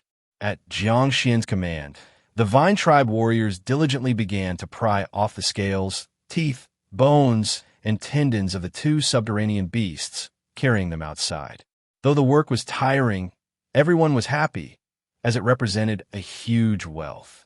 Many already started pondering what weapons and tools to craft with these fine materials. Chapter 141. The Rock Sheep Tribe is gone. Southern Wilderness, Rock Sheep Tribe. A large flock of rock sheep were walking on the high mountains. Even the steep cliffs could not stop their steps. It was spring, and the vegetation had all started growing, providing these rock sheep with abundant food. The leader Hong Yan's mount, the tallest leader of the flock, stood on a high slope, weaving through bushes and tasting the fresh, juicy young leaves. Suddenly, it seemed to hear something. Its ears moved, and its head lifted to look in the direction of the sound with vigilance. Riding a jackal, a warrior was quickly approaching the Rock Sheep tribe from another mountain. Bah! The lead sheep let out a loud bleat, then ran towards the tribe's settlement. Bah! Bah! The entire Rock Sheep flock started bleating, following the leader sheep as they ran rapidly on the steep slope, not a single one lagging behind. Meanwhile, the witch living on the mountain, upon hearing the horn, turned pale and immediately picked up a sheep horn, walking to the entrance of the cave dwelling. This horn was left behind after a ram died, and the sharp end was cut with a small opening for blowing. The witch of the Rock Sheep tribe placed the large horn's end by his lips, took a deep breath, and blew it forcefully. Woo! Woo! The loud and long sound of the sheep horn spread across the entire Rock Sheep tribe. Then, all the tribespeople of the Rock Sheep tribe, regardless of what they were doing and where they were, sprinted toward the houses upon hearing the horn. They ran inside, and regardless of gender, age, or status, grabbed their weapons and gathered outside. Bah! Bah! The Rock Sheep had returned, gathering in the tribe, nervously pacing back and forth. Quick, get on the Rock Sheep's backs. Hong Yan was the first to climb onto the leader sheep's back, holding a stone spear, ready to confront the enemy. The Rock Sheep tribe had more than 600 people, with over 300 capable warriors, more than 100 ordinary warriors, and the rest were old and weak. The robust Rock Sheep in the tribe number about 300, with the rest also being old and weak. All capable warriors mounted the robust Rock Sheep. The less able warriors, along with the old, weak, and disabled in the tribe, and the old and young Rock Sheep, all gathered by the witch's cave. Awoo! At this moment, a wolf howl came from the foot of the mountain. Hong Yin looked down the mountain to see countless fierce jackals carrying the warriors of the Jackal tribe, racing up the mountain in a terrifying spectacle. So many enemies. Hong Yan's face turned white instantly, feeling a foreboding sense. Especially when he saw a particularly tall jackal among the pack, his heart missed a beat. Just a glance from that jackal in his direction made him break into a cold sweat, filling his heart with fear. He knew that it was a guardian god of a tribe. No, the enemy is too strong. Hong Yin squeezed his legs, and the leader sheep quickly ran uphill, followed hurriedly by the more than 300 Rock Sheep tribe warriors. The leader sheep stopped in front of the witch's cave dwelling, and Hong Yin dismounted quickly, running inside. Witch, there are too many enemies. While they haven't charged up yet, let's retreat via the small path. The witch of the Rock Sheep tribe sat by the fire pit, silent for a moment, then spoke in a hoarse voice. Go, leave me here. Hong Yin urgently said, Witch, you can't stay. Just go, leave me be. I'm too old, can't run fast, and don't wish to run either. Outside the cave, a group of elderly warriors chimed in. That's right, we won't leave either. Dying in the tribe, we might even see the sheep god. Looking at the resolute eyes of the old warriors, Hong Yin shouted anxiously and helplessly, Witch, The Witch of the Rock Sheep tribe said to Hong Yin, "Take the tribe's people and go as far as you can, where there won't be time later." Awoo! At this time, another wolf howl came from the mountain's foot as the jackals had climbed halfway up. "Witch!" Hong Yin shouted again, tears almost falling from his eyes in urgency. The Witch of the Rock Sheep tribe shouted harshly, "Go! Won't you even listen to the witch's words?" By this time, cries of battle had already sounded outside. As the leader, Hong Yin had to be responsible for the entire tribe. There was no time left for hesitation.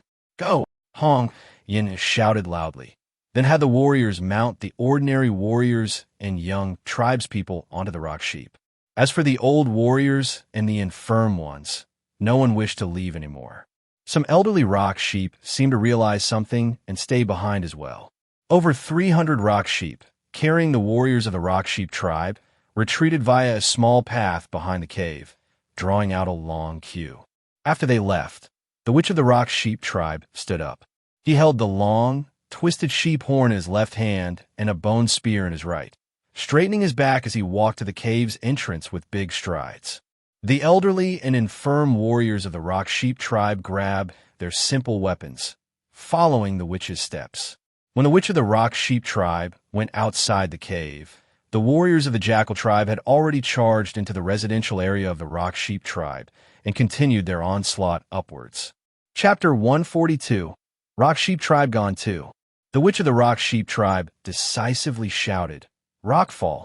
The remaining Rock Sheep tribe warriors all searched for large stones and then pushed them down the steep slope. Boom! A large number of stone mountains rolled down the slope, with many jackals unable to dodge in time, getting directly hit. Woo! Ah! The painful cries of jackals and tribal warriors from the Jackal tribe came one after another. Some unlucky jackals and warriors were killed on the spot, while those not killed were severely injured. The other jackals hurriedly dodged, not daring to continue charging upward. After all the large stones had rolled down, the leader of the Jackal tribe angrily shouted, "Charge up! Kill them all!" Awoo! The lead wolf howled again, and over 1,000 jackals continued charging upward. Without prior preparation, after throwing those large stones, the people of the Rock Sheep tribe had no more stones to throw. The Witch of the Rock Sheep tribe looked around and said, "Old comrades, are you afraid?" "Not afraid. We're old bones. What's there to be afraid of?" "That's right."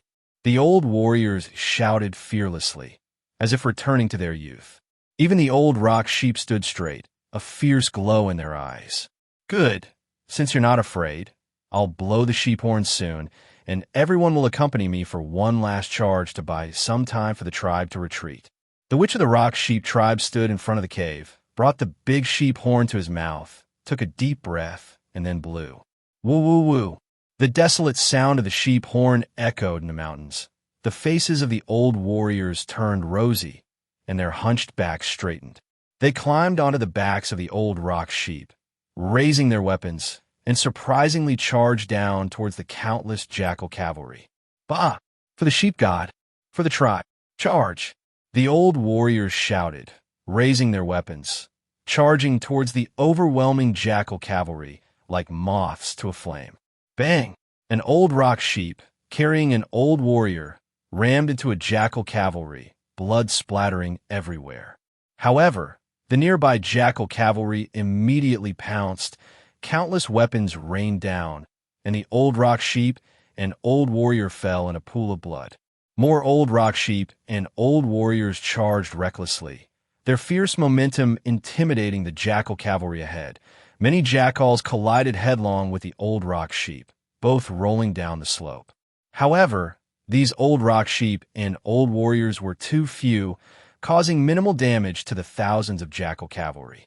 When all the old rock sheep and old warriors had died, the jackal cavalry continued climbing towards the mountain. In front of the cave, the Witch of the Rock Sheep tribe finished blowing the last tune, then put down the sheep horn. At this point, the jackal cavalry was almost upon them. Beside the Witch of the Rock Sheep tribe was an old rock sheep, raised by him since middle age, now as old as him. The witch hung the sheep horn at his waist, then patted the wool at the old rock sheep's neck, saying, "Old comrade, we are going to see the sheep god." The old rock sheep nudged him affectionately with its head, seemingly understanding his words. The witch took a bone spear, climbed onto the old rock sheep's back. By this time, the sun was almost setting, an orange-red light shining on them. The witch straightened his beast-hide clothing, then lifted his head, taking one last look at the entire tribe. The old rock sheep carried the witch forward, starting to run down the slope for the last time. "Sheep God, here we come," the witch shouted. Then, gripping the bone spear, he and the old rock sheep charged madly at the wolf pack, clearing a bloody path before being engulfed by countless wolf riders. "Chase!" the leader of the jackal tribe ordered, and all the jackal cavalry pursued the retreating people of the rock sheep tribe. Soon, the mountain slope quieted down again. On the mountain slope, the old witch lay in a pool of blood, his body covered with countless wounds, his eyes still open. But in the last moment of life, his face revealed a smile, because in the orange-red sunset, he saw a giant rock sheep, walking towards him step by step. "Sheep, God!" the old witch uttered his last words. Then the light in his eyes completely disappeared, and he lay forever on the mountain slope with the corpses of other old warriors and rock sheep. As the sun continued to set, the sky turned ablaze, red as fire, yet like burning blood. On the mountain path, Hong Yin listened to the shouts and killings faintly coming from behind, along with the long sound of the sheep horn. His eyes turned red, hot tears uncontrollably streaming down. He knew that the witch, those old warriors, old rock sheep, and the sick and disabled tribesmen, none could survive. He really wanted to turn around and lead the warriors to fight those damn jackals. But he couldn't, because he was the leader and he had to be responsible for the tribe, lead them to survive as much as possible. Therefore, he could only shout, "Faster!" The people of the rock sheep tribe, carried by many rock sheep, advanced quickly on the rugged, steep mountain path. Behind them, the jackal tribe's cavalry pursued relentlessly, trying to turn everyone and every sheep of the rock sheep tribe into food. On this steep slope, the advantage of the rock sheep began to show. Despite carrying people, these rock sheep were not slow, cleverly running and leaping across all sorts of terrain, while the jackal cavalry moved cautiously. If pursued under these circumstances, the jackal cavalry might lose the trail, allowing the people of the rock sheep tribe to escape using the terrain to their advantage. However, the jackal tribe possessed a living totem god. When the leader of the jackal tribe found it hard to catch up, he immediately stopped, raised his neck, and howled like a wolf. "Awoo!" At this time, in the residence of the rock sheep tribe, many people from the jackal tribe were crazily looting all the resources originally belonging to the rock sheep tribe. A gigantic jackal sat coldly in front of the cave where the old witch once lived, staring at the tribe. When it heard the howl from the leader of the jackal tribe, a fierce glow flashed in its eyes. Whoosh! It immediately stood up, transforming into a huge black shadow, disappearing in the blink of an eye like a gust of black wind. Moments later, the gigantic jackal appeared behind the people of the rock sheep tribe and immediately charged forward. The gigantic jackal caught up with the last rock sheep and bit it down. Poor rock sheep and the two people on its back didn't even let out a scream before being swallowed by the gigantic jackal. Bah! The other rock sheep panicked, instinctively running frantically forward, trying to escape. But the gigantic jackal was terrifying, the totem god of the jackal tribe. Even if the sheep god of the rock sheep tribe reappeared, it might not be able to defeat it. The gigantic jackal swallowed several rock sheep and tribesmen from the rock sheep tribe, terrifying the rock sheep into disarray, completely disrupting the retreat of the rock sheep tribe. The jackal cavalry took the opportunity to catch up, shouting "Wolf God" crazily as they charged towards the rock sheep tribe's people. In the ranks of the rock sheep tribe, leader Hong Yin saw this scene, growing extremely angry while feeling a sense of powerlessness. Hong Yin gritted his teeth and said, "Warriors at the back, stop these damn jackals with me. The rest keep running as fast as you can."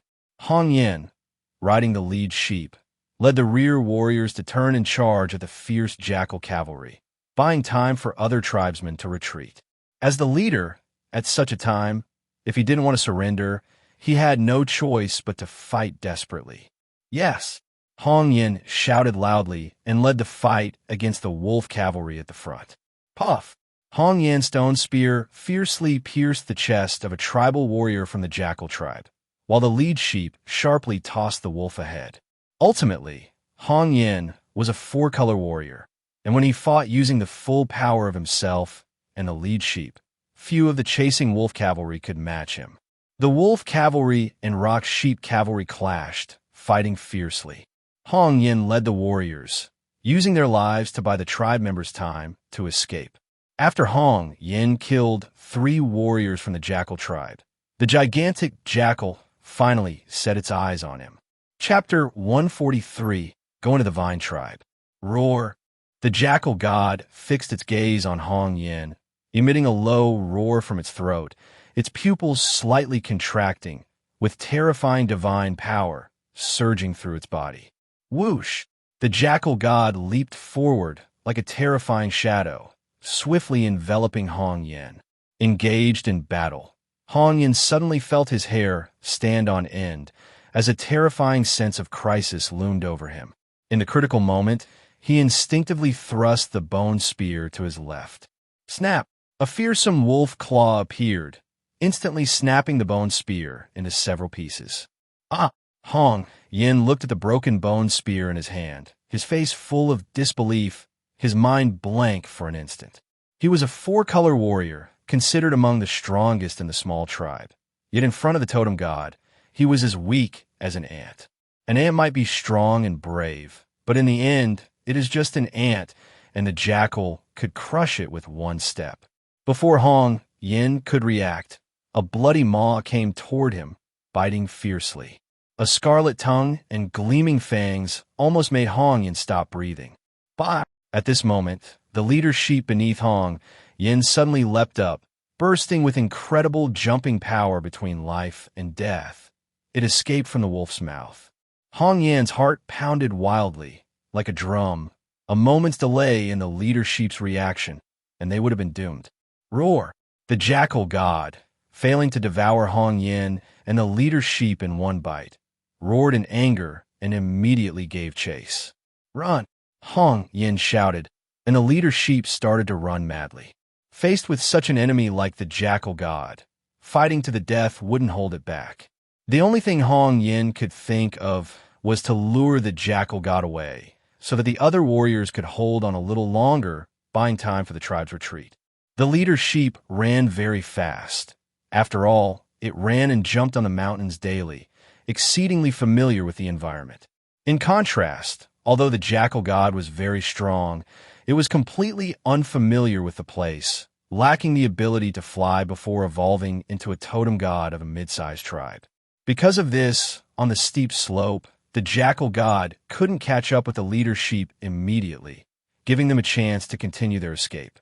The more it was so, the angrier the jackal god became, swearing to crush the bones of the leader sheep after catching it. Actually, the mountains behind the rock sheep tribe had only one path down, and it was very steep, only passable by the rock sheep quickly. But the leader sheep no longer had time to run towards that downhill path. Taking Hong Yin along, it ran wildly all the way, racing down the steep slope until they came to a cliff where it abruptly stopped. There was no road ahead. The jackal god behind them clearly noticed this as well. It slowed its pace upon reaching the cliff, glaring at Hong Yin and the leader's sheep, revealing its terrifying fangs. It deliberately moved slowly, mockingly watching the man and the sheep, hoping they would offer some final struggle to make this meal more entertaining. Hong Yin, seeing the approaching jackal god and then looking at the cliff behind, knew there was no way he and the leader sheep could survive today. He threw the broken bone spear at the jackal god, which it easily dodged. He lowered his head, patting the wool on the leader sheep's neck, saying, "Brother, it seems we can't escape today."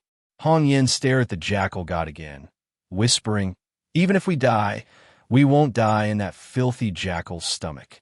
When I say jump, you jump off the cliff, understand?" The leader's sheep, having some intelligence, nodded slightly. At this moment, the jackal god lost its patience, lunging fiercely at the leader sheep. "Jump! Hong!"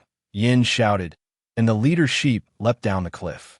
In the last moment of life, Hong Yin and the leader sheep saw the most beautiful sunset, glowing red and dazzling. The jackal god lunged into empty air, standing at the cliff and roaring angrily, but to no avail. The mountain was very high. At least, the jackal god didn't dare to jump down. Meanwhile, the battle between the jackal cavalry and the rock sheep cavalry had basically ended. Although the warriors of the rock sheep tribe were very brave, they couldn't withstand the thousands of jackal cavalry, falling one after another into pools of blood. More than 200 warriors and the rock sheep, none survived. However, their deaths were not in vain, for other tribe members of the rock sheep had ridden the rock sheep down the steep slope from the mountain's back. When the leader of the jackal tribe reached the slope, the trees obscured even the shadows of the fleeing rock sheep tribe. Damn it, those rock sheep escaped. Although angry, the jackal cavalry dared not pursue further. With such a steep slope, the rock sheep dared to run down, but the jackals didn't, for one misstep could be fatal. Retreat. Reluctantly, the leader of the jackal tribe had to lead the jackal cavalry back to the residence of the rock sheep tribe. All the dead rock sheep became their food. As for the corpses of the rock sheep tribe warriors, the ruthless jackals devoured them all. In the forest, the 200 or so remaining members of the rock sheep tribe fled, on over 100 rock sheep. They ran for a very long time, not daring to stop for a moment, fearing they might be pursued again by the jackal cavalry. Chapter 144. Going to the Vine Tribe 2. Until the rock sheep were exhausted and panting, unable to run any further, and no sign of pursuers could be seen behind them, they finally stopped. However, after stopping, these tribesmen of the rock sheep tribe fell into a state of confusion. A warrior said sorrowfully, "The witch is dead, the chief is dead, the tribe was also occupied by those jackals. Where should we go?" The strongest warriors in combat had all died. Those who managed to escape were mainly ordinary warriors and children, the strongest being a few two-color warriors, without even a three-color warrior among them. Having lost their tribe and their leader, they survived but became a group of homeless wanderers. Relying on these people, not to mention rebuilding the tribe, surviving in this dangerous jungle was a big problem. The tribe was gone. Everyone was heartbroken, but how to survive was a reality they had to face. By now, the sky was gradually darkening. The night forest is extremely dangerous, and these people were starving, forced to find a place to pass the night. They found a patch of forest, using the method of fire by friction to light a bonfire, and set up a few makeshift shelters, barely enough for the group to spend the night. Having fled hastily, they had no time to bring food, only managing to find some wild vegetables, insects, and small prey nearby to barely stave off hunger. Boom! In the middle of the night, the sky was filled with lightning and thunder, and it started to rain. With only limited time, the shelters they built were not enough to keep everyone dry from the rain, so they prioritized saving the bonfire and the children. As for the others and the rock sheep, they had to endure the rain in the night without a chance to sleep. Wailing. In the middle of the night, in the wet and cold environment, someone couldn't help but start crying. Soon, one after another, members of the rock sheep tribe began crying. They thought about the tribe they could no longer return to, the deceased family and friends, the uncertain future. Each thought was enough to break a person down. That night, everyone in the forest endured suffering. Fortunately, the rain stopped as dawn approached. The next morning, the people of the rock sheep tribe ate some more wild vegetables and insects, then gathered around the bonfire to discuss what to do next. No matter if they wanted to admit it or not, although they survived, they had become wanderers. Not every wanderer is as lucky as Jiang Xuan, with a chance to rebuild a tribe. Most wanderers either join other tribes or wander in the forest, possibly getting eaten by beasts at any moment. After deliberating for a while, the strongest of the two-color warriors in the rock sheep tribe came to no conclusion.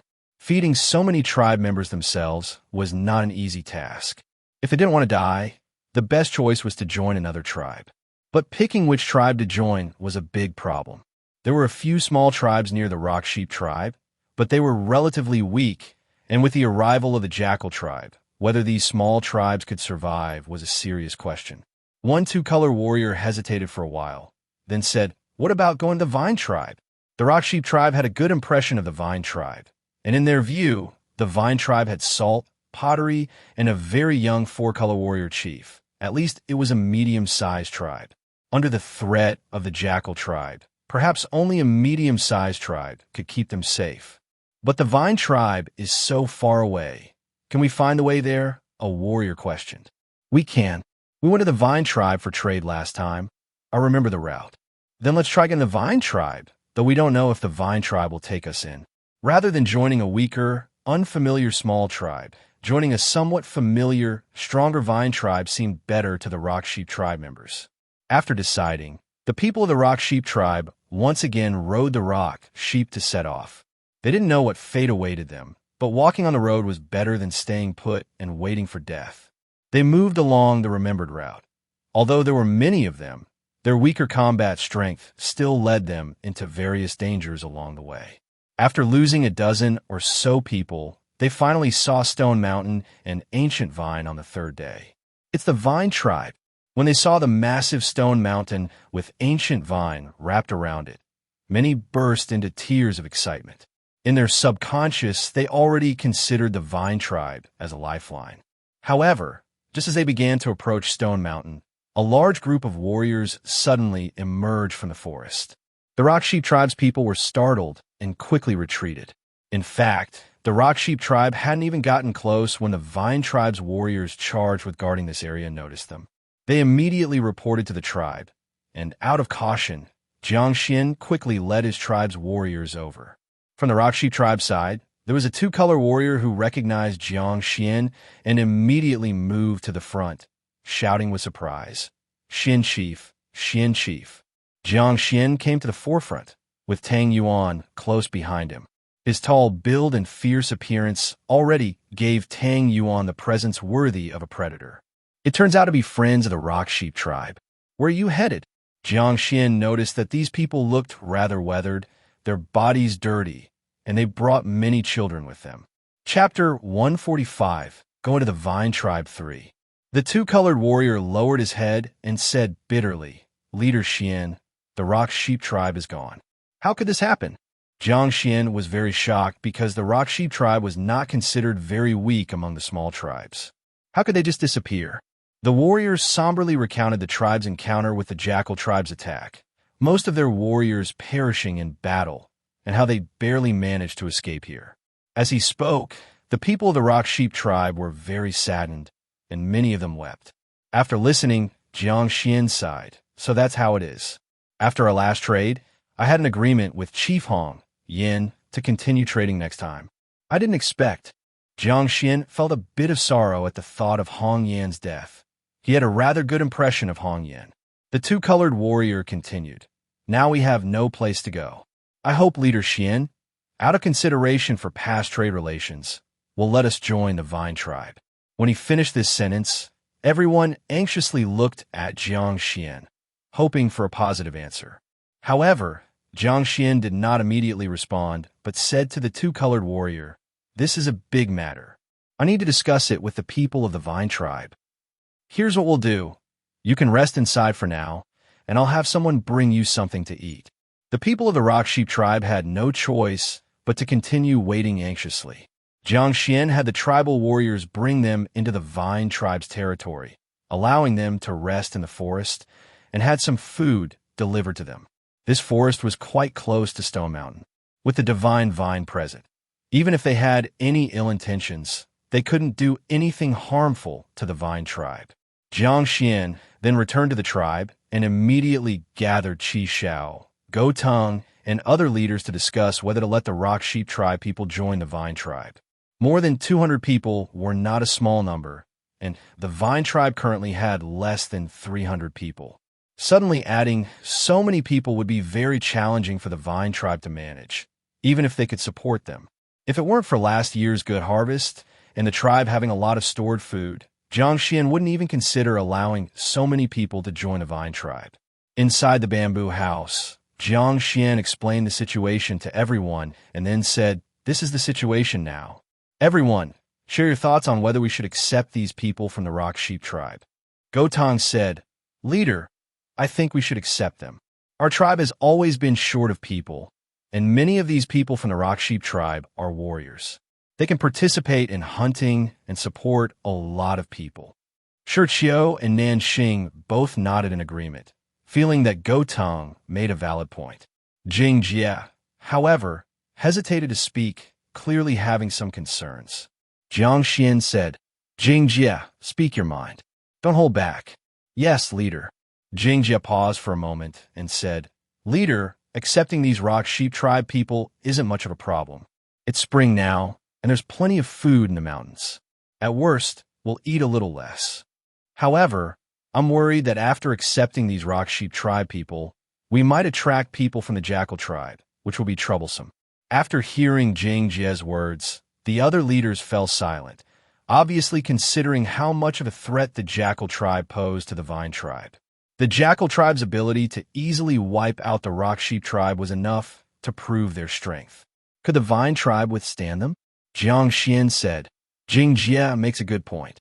Here's what I'll do. I'll borrow the giant eagle from the Old Witch to scout out the Jackal tribe, and then I'll make a decision." Everyone had no objections, so they all nodded. For safety, Jiang Xuan found the Old Witch and asked to borrow the giant eagle. After hearing about the Rock Sheep tribe, the Old Witch also became interested in the Jackal tribe and decided to accompany Jiang Xuan to check on the Jackal tribe. Soon, the black giant eagle took off with Jiang Xuan and the Old Witch, flying toward the direction of the Rock Sheep tribe. Chapter 146. A whip leaves the crow stunned. From the Vine tribe to the Rock Sheep tribe, it takes 3 days on foot, a little over a day riding a rock sheep, but only a few hours on a giant eagle. When the Old Witch and Jiang Xuan arrived at the Rock Sheep tribe, they discovered that the Jackal tribe had already left, leaving only scattered bones and burnt houses behind. The giant eagle landed, and Jiang Xuan noticed many human bones that had been gnawed on the ground, and his brows furrowed immediately. What a brutal tribe! Jiang Xuan wanted to personally see this Jackal tribe to understand their combat strength and way of doing things. Now, he roughly understood. They were definitely a brutal and fierce tribe, a tough opponent. Regardless of whether or not they would accept the people of the Rock Sheep tribe, as long as they were targeted by this Jackal tribe, there would surely be trouble. This brutal tribe, much like the Mosquito tribe in the past, attacks all tribes weaker than themselves to quickly gain a large number of resources. The Old Witch asked, "Should we go find them?" Jiang Xuan nodded and said, "Let's find them.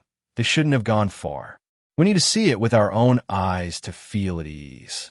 Then let's look for them." The two climbed back onto the giant eagle, which took to the sky once more. After searching for over an hour, they suddenly vaguely heard the terrifying howl of a wolf. The giant eagle flew in the direction of the howl and indeed found the Jackal tribe. At this moment, the Jackal tribe was attacking another small tribe, swiftly defeating all of that small tribe's warriors. A huge jackal, leading over 1,000 Jackal cavalry, charged into that small tribe, frantically slaughtering and plundering. In the sky, the Old Witch's face was solemn as she said, "This Jackal tribe has a living guardian god." Jiang Xuan also saw that terrifying giant jackal and nervously asked, "Is this wolf as strong as our vine god?" The Old Witch stared at the Jackal god for a while and said, "Probably not. Your Vine tribe's guardian god is somewhat special. I can't see through it anyway." Jiang Xuan breathed a sigh of relief and said, "That's good." Indeed, Jiang Xuan was worried that this giant jackal would be stronger than the divine vine, which would have been a big problem. At that moment, the jackal got on the ground, seemed to sense something, and glanced up to the sky. Blood still lingered on its mouth, and its cold wolf eyes were chilling, even from a distance. Jiang Xuan nervously asked, "Can it fly up here?" The Old Witch shook her head and said, "The guardian gods of small tribes, except those born with wings, cannot fly, and this jackal is no different. Only when it breaks through to become a guardian god of a medium tribe will it gain the ability to fly." But even if it truly breaks through, it is still far inferior to the naturally flight-capable giant eagle. At this point, the old witch wore a proud expression. Then I am reassured. Jiang Xuan had a brainstorm, pouring some water from a flask and smearing the totem pattern on his face into a mess. Then he glared fiercely at the jackal god and shouted, "What are you looking at? We're from the Crow tribe. Come up here if you dare." Roar! The jackal god on the ground was infuriated, letting out a terrible roar at the sky, but it couldn't leap up to bite anyone in mid-air. However, it remembered the 3 words Crow tribe, and it ground its teeth in hatred. In the sky, the old witch said speechlessly, "Does this Crow tribe have a grudge against you?" "How do you know?" The old witch rolled her eyes. "Why else would you provoke them like this?" The giant eagle circled continuously over the small tribe, understanding the situation of the jackal tribe on the ground, then gradually flew away. Throughout this process, Jiang Xuan continued to provoke the giant jackal, emphasizing that he was from the Crow tribe and that the Crow tribe was much stronger than the jackal tribe. As a result, not only was the jackal god infuriated, but the jackal tribe's warriors were also enraged. If the giant eagle hadn't been so high, they would have wanted to shoot it down with arrows and then tear that annoying kid into pieces. During this time of heightened emotion, no one thought about why someone from the Crow tribe would be riding a giant eagle. Even if they thought about it, it wouldn't matter because they had no idea which tribe Jiang Xuan belonged to, only remembering the Crow tribe. The Crow tribe absolutely wouldn't have expected to be unfairly blamed out of nowhere. Neither did Jiang Xuan expect that while he was busy framing the Crow tribe, hoping one day the jackal tribe would clash with the Crow tribe had already appeared in the southern wilderness, northeast of the Vine tribe. Caw, caw, caw. A large flock of crows, like a massive dark cloud. Each of these crows had a wingspan of about 2 meters, with black feathers, red eyes, and sharp beaks and claws, looking incredibly daunting. Although they can't carry people, they are fierce birds and very powerful in battle. Besides the ravens in the sky, over 3,000 Crow tribe people are also advancing slowly on the ground. They have been traveling for nearly 10 days, but still haven't found a suitable place to settle, so they must continue to search. Gradually, those large ravens in the sky approached the Vine tribe's territory and discovered the Vine tribe. As Tang Yuan soared above the Vine tribe, it spotted the ravens, screeched, and swiftly descended into the tribe. Oh no, something's happened. Meanwhile, Qi Xiao, who was making medicinal powder, heard the nightmare-like sound of ravens and immediately put down the medicine pot, grabbed a bone spear and a stone knife, and rushed outside. It wasn't just Qi Xiao. Go Tung, Shi Qiu, and Nan Xing also heard the ravens call. This sound instantly awakened their nightmare memories. It was amid such hoarse and unpleasant sounds that their former deer tribe was attacked, and most of the tribe members were killed. Could it be that they have to go through this again now? No, we absolutely cannot let this happen. The Crow tribe is here. All warriors assemble. Prepare for battle. Prepare for battle. Within the Vine tribe, Qi Xiao, Go Tung, and others shouted loudly. For a moment, all the warriors, no matter what they were doing, temporarily dropped their tasks and picked up weapons to prepare for battle. In the woods next to the stone mountain, people from the Rock Sheep tribe panicked as well.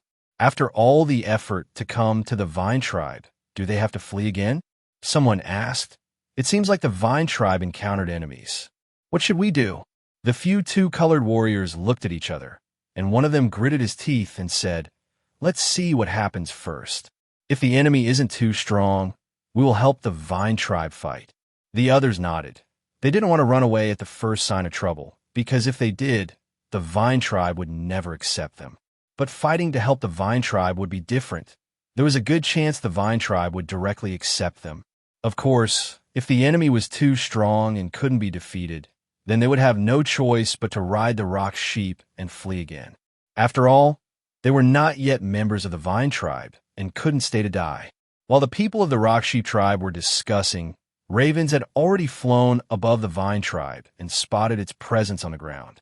They circled once above the Vine tribe, then flew back some distance to relay the information to the Witch of the Crow tribe through a special method. The Witch of the Crow tribe gathered the Crow tribe's leader and several hunting leaders. Ahead is a small tribe, perfect to replenish some food for us.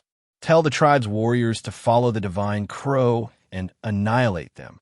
Yes, the Crow tribe's leader was immediately excited. The Crow tribe didn't have much food stored, and relying solely on hunting and gathering along the way, most people were not getting enough to eat. Now, they finally had a chance to fill their bellies. Charge with the divine Crow. The Crow tribe leader shouted and then ran forward excitedly. Behind him, over 1,000 Crow tribe warriors charged together, a grand spectacle. The crisis for the Vine tribe arrived abruptly, even before Jiang Xuan and the Old Witch returned. In the sky, the Crow god flew unhurriedly toward the Vine tribe, surrounded by countless large ravens, their eyes glowing with bloodthirsty light. In the Vine tribe, Qi Xiao and the others grew tense, seeing so many ravens. Is the tragedy about to repeat itself? Finally, the enormous Crow god flew above the Vine tribe and gazed at the towering divine vine. Buzz! Just as the Crow god flew back and forth observing the divine vine, suddenly, the divine vine erupted with terrifying light. At the same time, a thick vine grew rapidly, like a massive whip, and fiercely lashed at the enormous raven like lightning. Snap! The formidable Crow god was actually struck by the thick vine and sent flying, crashing heavily into a distant forest, breaking quite a few large trees. For a moment, the Crow god was stunned, the ravens were stunned, and the charging Crow tribe people were stunned as well. Even the Vine tribe people, prepared to fight to the death, were at a loss. Chapter 147, Unlucky Crow. On top of Stone Mountain, the divine vine emitted a brilliant green light, and all its leaves were as emerald green as jade. The raven god, who was flung away, was stunned for a moment and then became furious. Caw, caw, caw.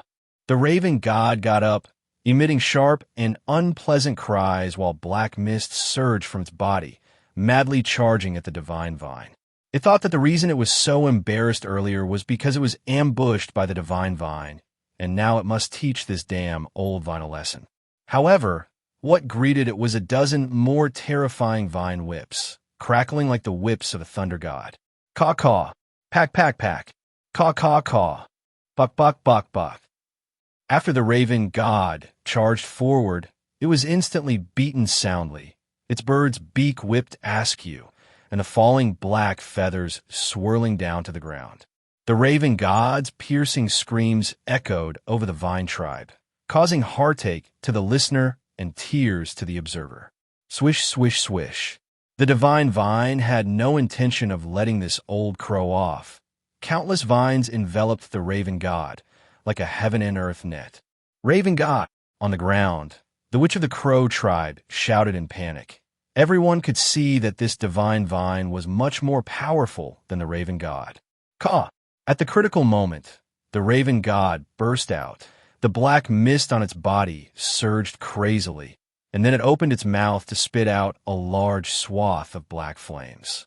Plants are generally afraid of fire, and the divine vine was no exception. Those vines instinctively avoided the black divine fire. Taking advantage of this gap, the raven god whoosh flew away, far from the terrifying vines. These dreadful divine fires, the raven god could only spit out a few times, and it wasn't confident it could heavily wound the divine vine using them, so it could only flee. The raven god escaped, but the big ravens it brought were unlucky. Swish, swish, swish. Caw, caw, caw. Countless vines wrapped around and strangled one big raven after another, absorbing their blood essence.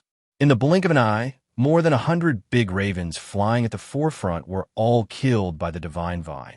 The green glow of the divine vine intensified, while the other big ravens frantically fled, not daring to look back. Within the vine tribe, Jiang Xuan swallowed hard and said, "The vine god is really too fierce." Others nodded in agreement, deeply acknowledging this. In the forest beside Stone Mountain, people from the Rock Sheep tribe raised their heads to look at the sky, and someone reached out to catch a drifting black raven feather. One two-color warrior excitedly exclaimed, "A living guardian god! The Vine tribe has a living guardian god!" Another added, "And it's incredibly powerful." A third person said, "We must join the Vine tribe." Others excitedly clenched their fists, feeling secure with a guardian god present. Joining such a tribe brings peace of mind.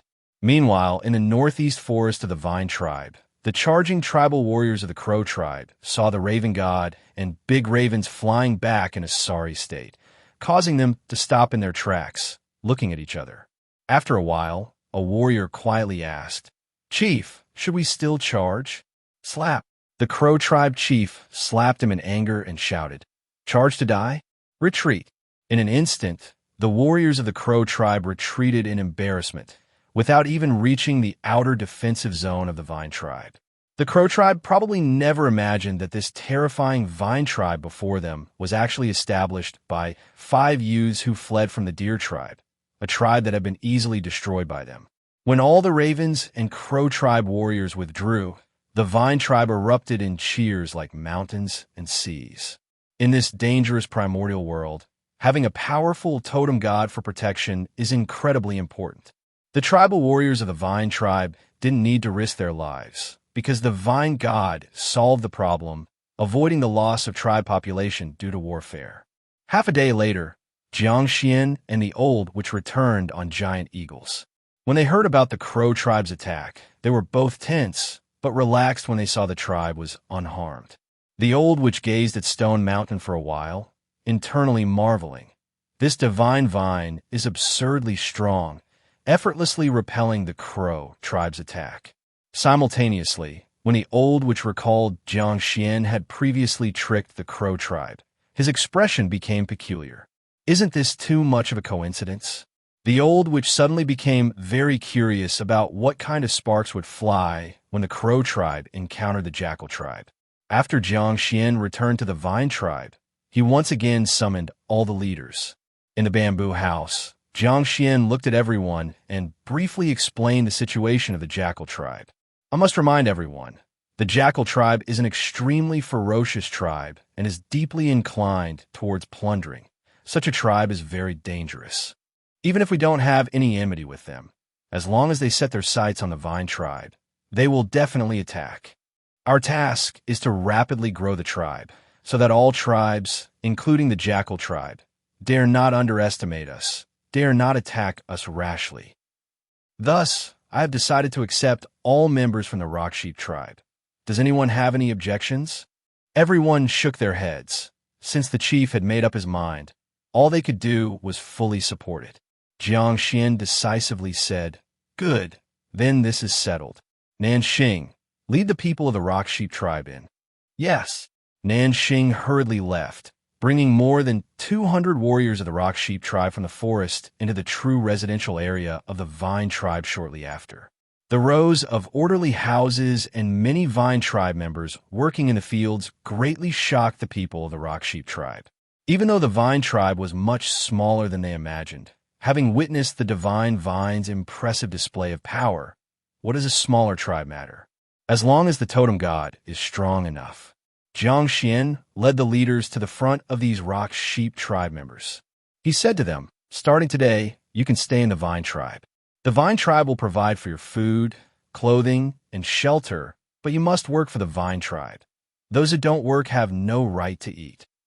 Although you can stay in the Vine tribe, it doesn't mean you have truly become members of the Vine tribe.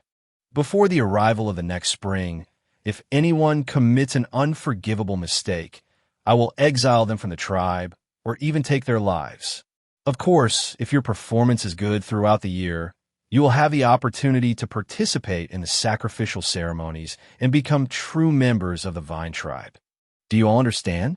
After Jiang Xuan finished speaking, more than 200 people nodded one after another, remembering Jiang Xuan's words in their hearts because it concerned their life and death.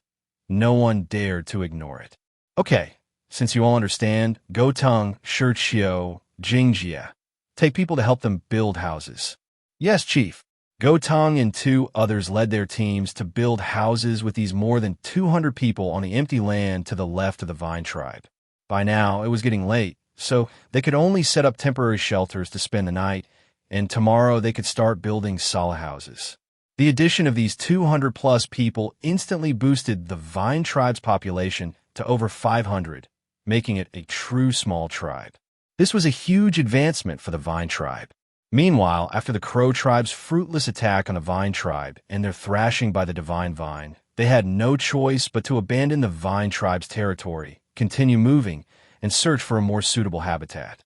The Crow tribe was holding a stomach full of anger, desperately needing to find another target, both to replenish their food and vent their anger through robbery and slaughter.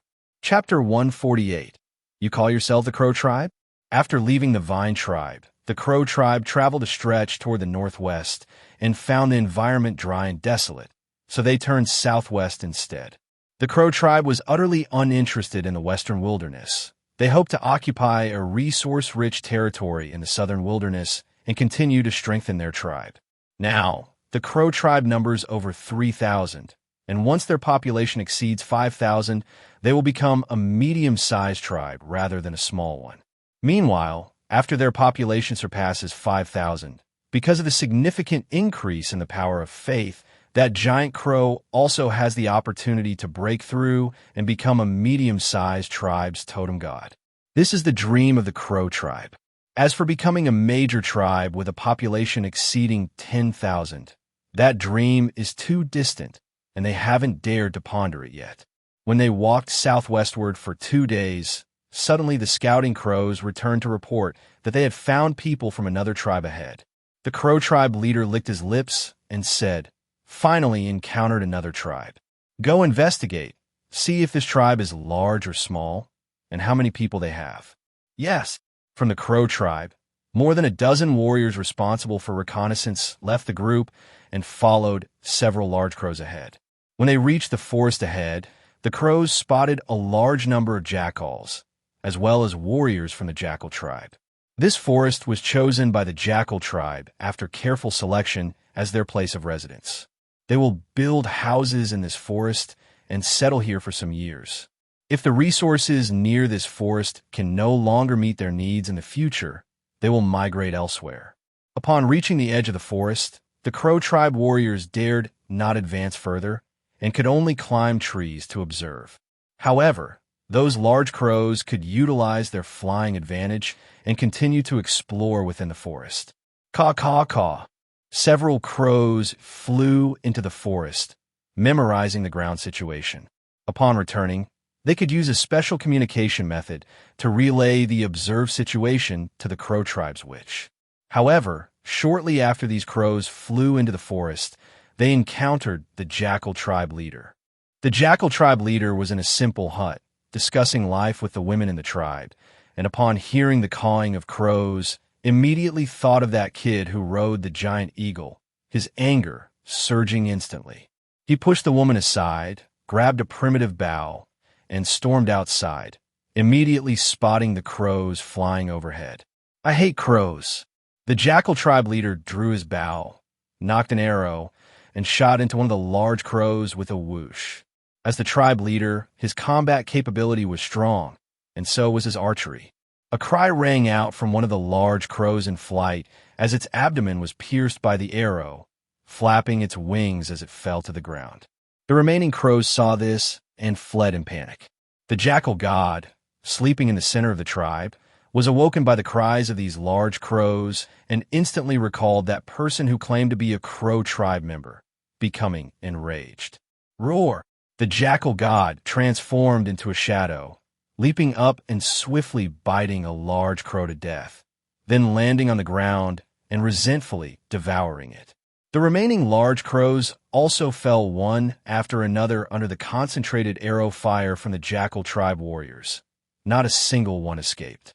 The Jackal tribe leader ordered, "Pluck the feathers from these crows and roast them. Eat the meat."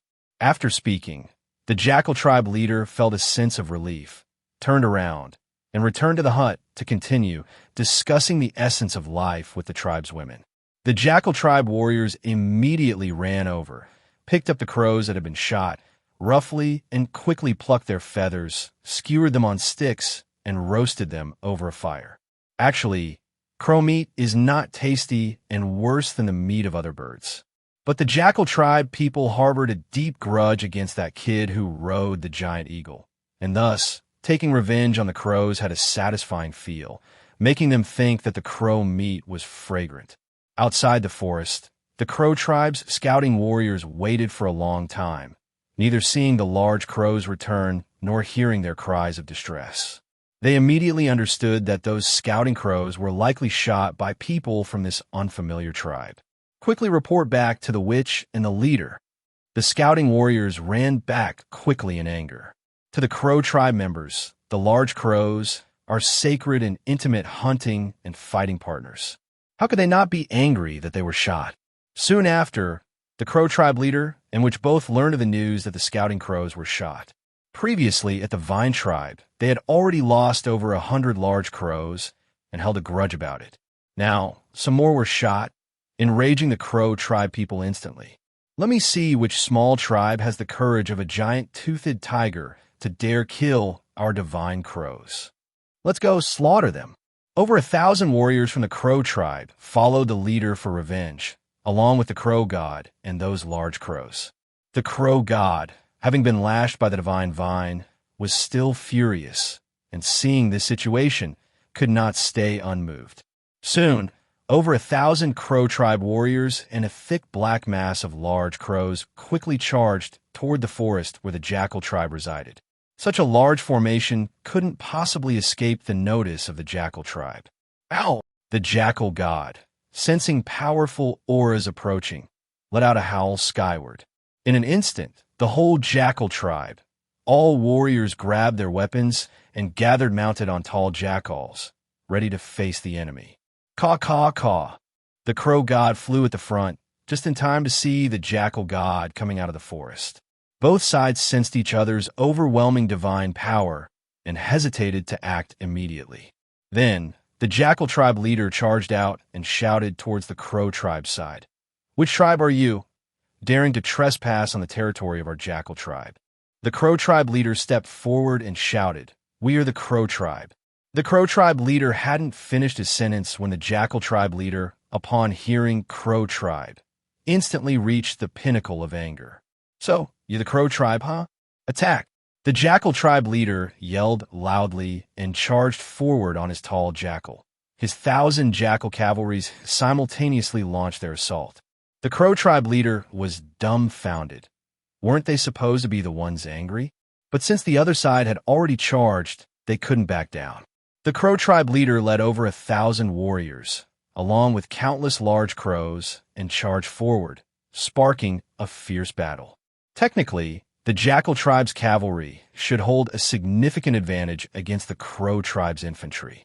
However, the crow tribe wasn't just ground warriors. They had numerous large crows as well. These ferocious crows continually attacked from above, preventing the jackal cavalry from executing effective charges, and forcing them to fight back both against the crows overhead and the crow tribe warriors attacking from the front. The jackal god and crow god also fought fiercely. Both sides had similar strength, and the jackal god held a significant grudge against the crow tribe, making the fight extremely intense. Yet neither side realized that the one who stirred the enmity and fury between them was actually Jiang Xuan, the leader of the Vine tribe. Chapter 149, Wax Tree and Waxworm. The crow god and jackal god fought for half a day. The crow god's feathers became sparser, looking somewhat miserable. The jackal god wasn't much better off either. His fur was burned by the divine fire spat by the crow god, with bald patches scattered all over. The battle on the ground was equally intense. The jackal cavalry gained no advantage against the attacks of the large crows, with casualties on both sides. Caw! In the end, the crow god didn't want to continue this mutually destructive method, spewing a mouthful of divine fire to repel the jackal god, then flapping his sparsely feathered wings to fly away. "Retreat!" The leader of the crow tribe shouted, fleeing together with the crow god. The warriors of the crow tribe, along with those large crows, fought while retreating. In a short time, they had completely fled, leaving behind hundreds of corpses on the ground. On the jackal tribe's side, a warrior gasped heavily and asked, "Chief, pursue." Pursue them. Pursue what? Go back. The chief of the jackal tribe also had many wounds. Moreover, if even the jackal god didn't chase, wouldn't pursuing them be suicidal? This battle ended ambiguously, but the enmity between them was already set. If they meet again, they will surely fight again. Southern Wilderness, Vine Tribe, Dawn. My dong hesitated for a few days, finally deciding to seek out Jiang Xuan. My dong was one of the 4 dual-color warriors of the Rock Sheep tribe who joined the Vine tribe. Not particularly tall, nor very strong, but he had a unique skill, which was raising waxworms. Waxworms were the most important thing besides rock sheep in the Rock Sheep tribe, as they could produce large quantities of insect wax annually. Because of his skill in raising waxworms, my dong was well-liked in the Rock Sheep tribe. But now, the Rock Sheep tribe was gone, and after joining the Vine tribe, his ability couldn't be showcased, so he could only join in hunting with everyone. He thought about those waxworms every day, even dreaming about them at night. Thus, after struggling for days, my dong decided to find Jiang Xuan to see if he could take him back to the Rock Sheep tribe once. In the courtyard among the bamboo forest, Jiang Xuan was planting some mosquito-repelling plants like stinky grass and fan grass in front and behind the house. As the weather warmed, those annoying mosquitoes swarmed back. Whether living in the forest or living in the bamboo grove, mosquitoes are abominably numerous and very large. If measures aren't taken to repel or kill these mosquitoes, one would get bitten all over while sleeping indoors. Knock, knock, knock. At the gate of the courtyard, following the Vine tribe's custom, my dong knocked before entering. Jiang Xuan, without turning his head, said, "Tang Yuan, go open the door." Tang Yuan, who was wandering in the courtyard, lazily walked over and skillfully opened the gate. Though my dong knew the purple fierce bird was raised by Jiang Xuan, seeing the purple bird's head upon opening the door, he was nonetheless frightened and stepping back 2 paces. Feeling bored, Tang Yuan returned to his bamboo shed to sleep. Only then did my dong dare to walk into the courtyard, cautiously approaching Jiang Xuan and saying, "Chief." Jiang Xuan turned, saw my dong, then put down the bow and hoe in his hand and asked, "So it's my dong. What's up?" Seeing Jiang Xuan remember his name, my dong felt the distance in his heart slightly close. "Chief, I want to visit the Rock Sheep tribe once." "What for?" Jiang Xuan asked, puzzled. "Chief, the waxworms should have started laying eggs by now. I want to go back and make some insect bags for those eggs so they can grow smoothly and produce insect wax by autumn." Insect bags are nests made of dry grass and other materials, with eggs inside, hung on trees to protect larvae from wind, sun, and rain, enhancing larval survival rate. Without artificially made insect bags, the number of waxworms that can successfully hatch and grow would drastically decrease. My dong continued, "Though the Rock Sheep tribe is gone, those wax trees still exist. As long as they're not destroyed, we can still harvest insect wax in autumn." After listening to my dong's explanation, Jiang Xuan's eyes instantly brightened. He has already experienced the benefits of insect wax. Whether for making candles for nighttime lighting or grinding in a powder for treating injuries, it's very useful. If the mountain forests of the Rock Sheep tribe could continue producing insect wax, it would naturally be the best. The Vine tribe could continue using insect wax.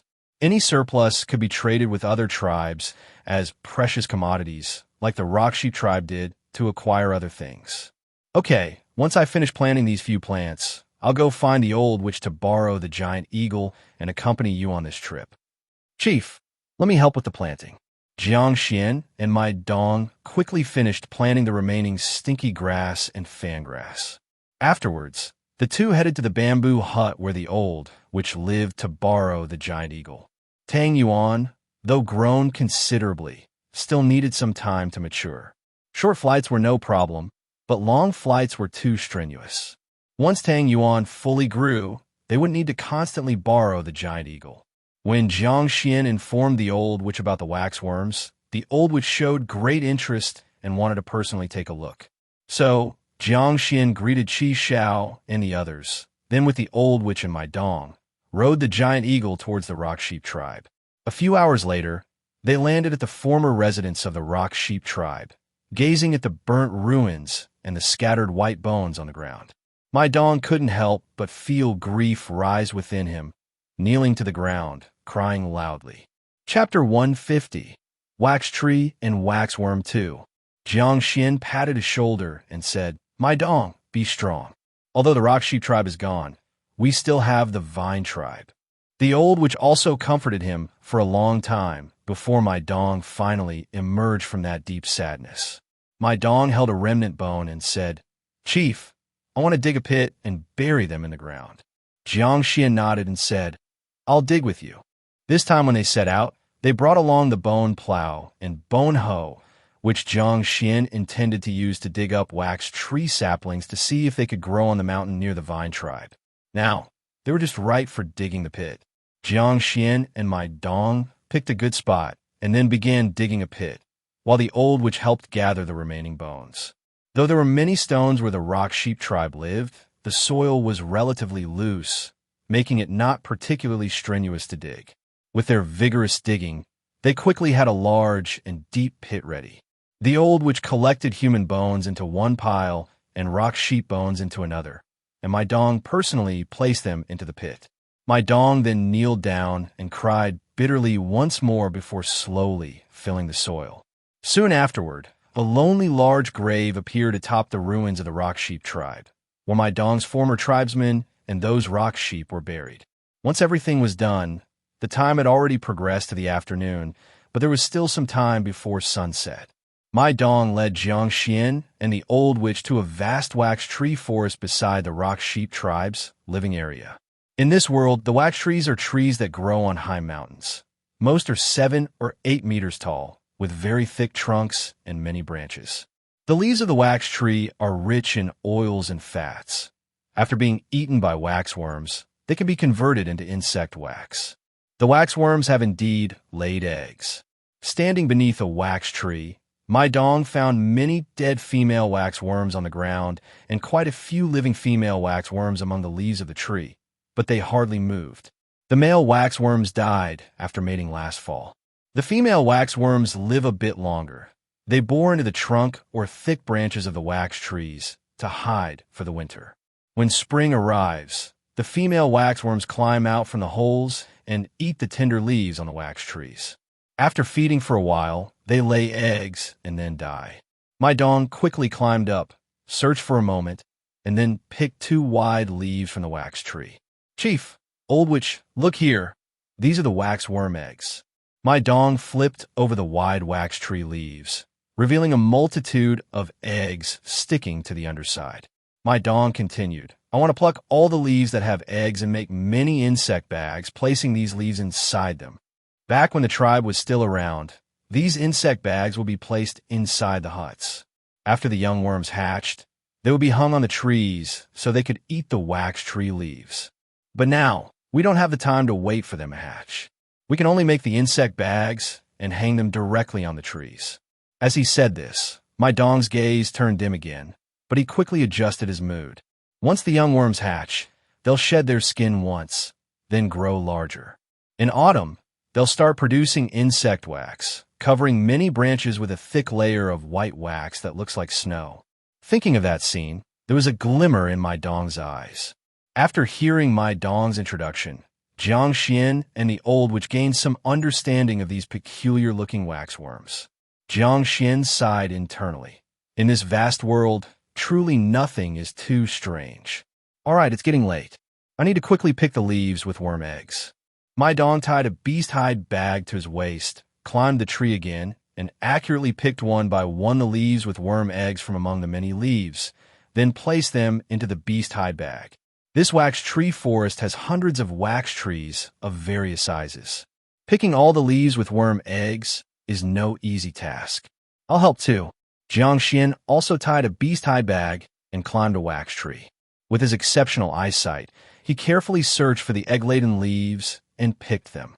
Given the workload, they definitely wouldn't return today. The old witch sent the giant eagle to hunt down prey, while he himself started a fire and built a temporary shelter by the wax forest, preparing to spend the night. After the old witch finished building the temporary shelter and had the fire going, the giant eagle returned with a large prey. By this time, the sun was setting and dusk was gradually falling. Jiang Xuan and my dong had only collected eggs from half of the forest, appearing as if they needed to continue working the next day. When darkness fully descended, Jiang Xuan and my dong finally climbed down from the trees and entered the temporary shelter where the old, which had already roasted plenty of meat.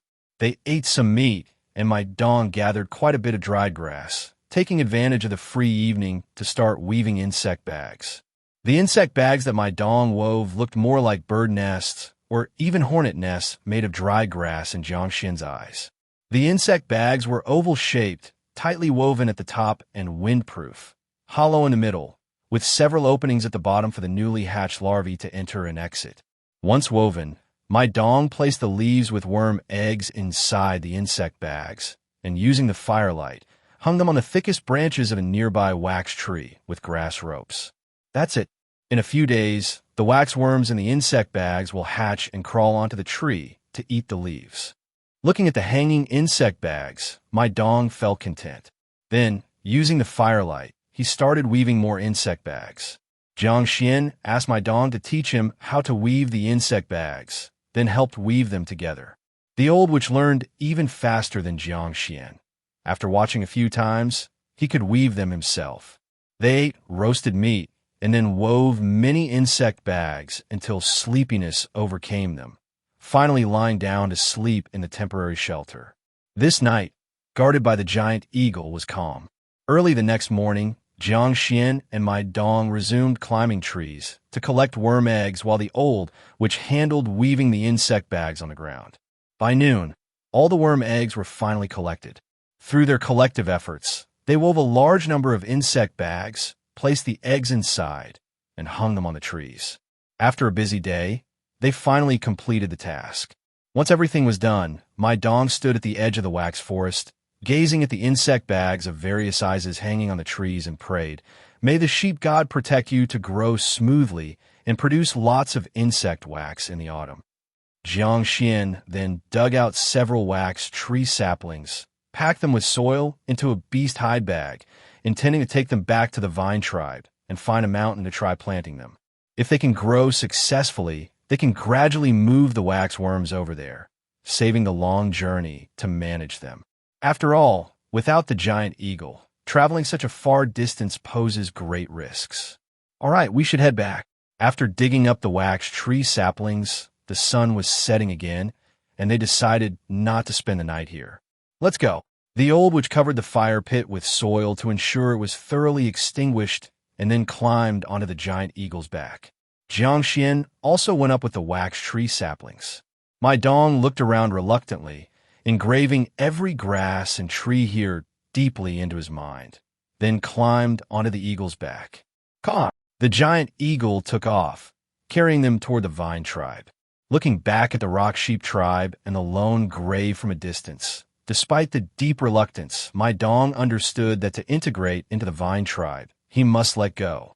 In the nocturnal forest, many predators roamed, even unknown large birds flying frequently across the sky. But no large bird dared provoke the giant eagle, staying far away instead due to its overwhelming strength. Several hours later, the giant eagle flew back to the vine tribe, landing on the open space beside the bamboo huts. By now, most of the vine tribe had fallen asleep, leaving only the night watch warriors running over with torches to greet them. The old witch went into the bamboo hut to sleep, while Jiang Xuan and my dong, escorted by the night watch warriors, returned to their residences to rest. Meanwhile, the Crow tribe, continually forced by setbacks, had no option but to press on, seeking a suitable place to settle. After moving away from the Jackal tribe territory, they finally reached the Great Swamp and set their sights on the Mountain Turtle tribe's dwelling.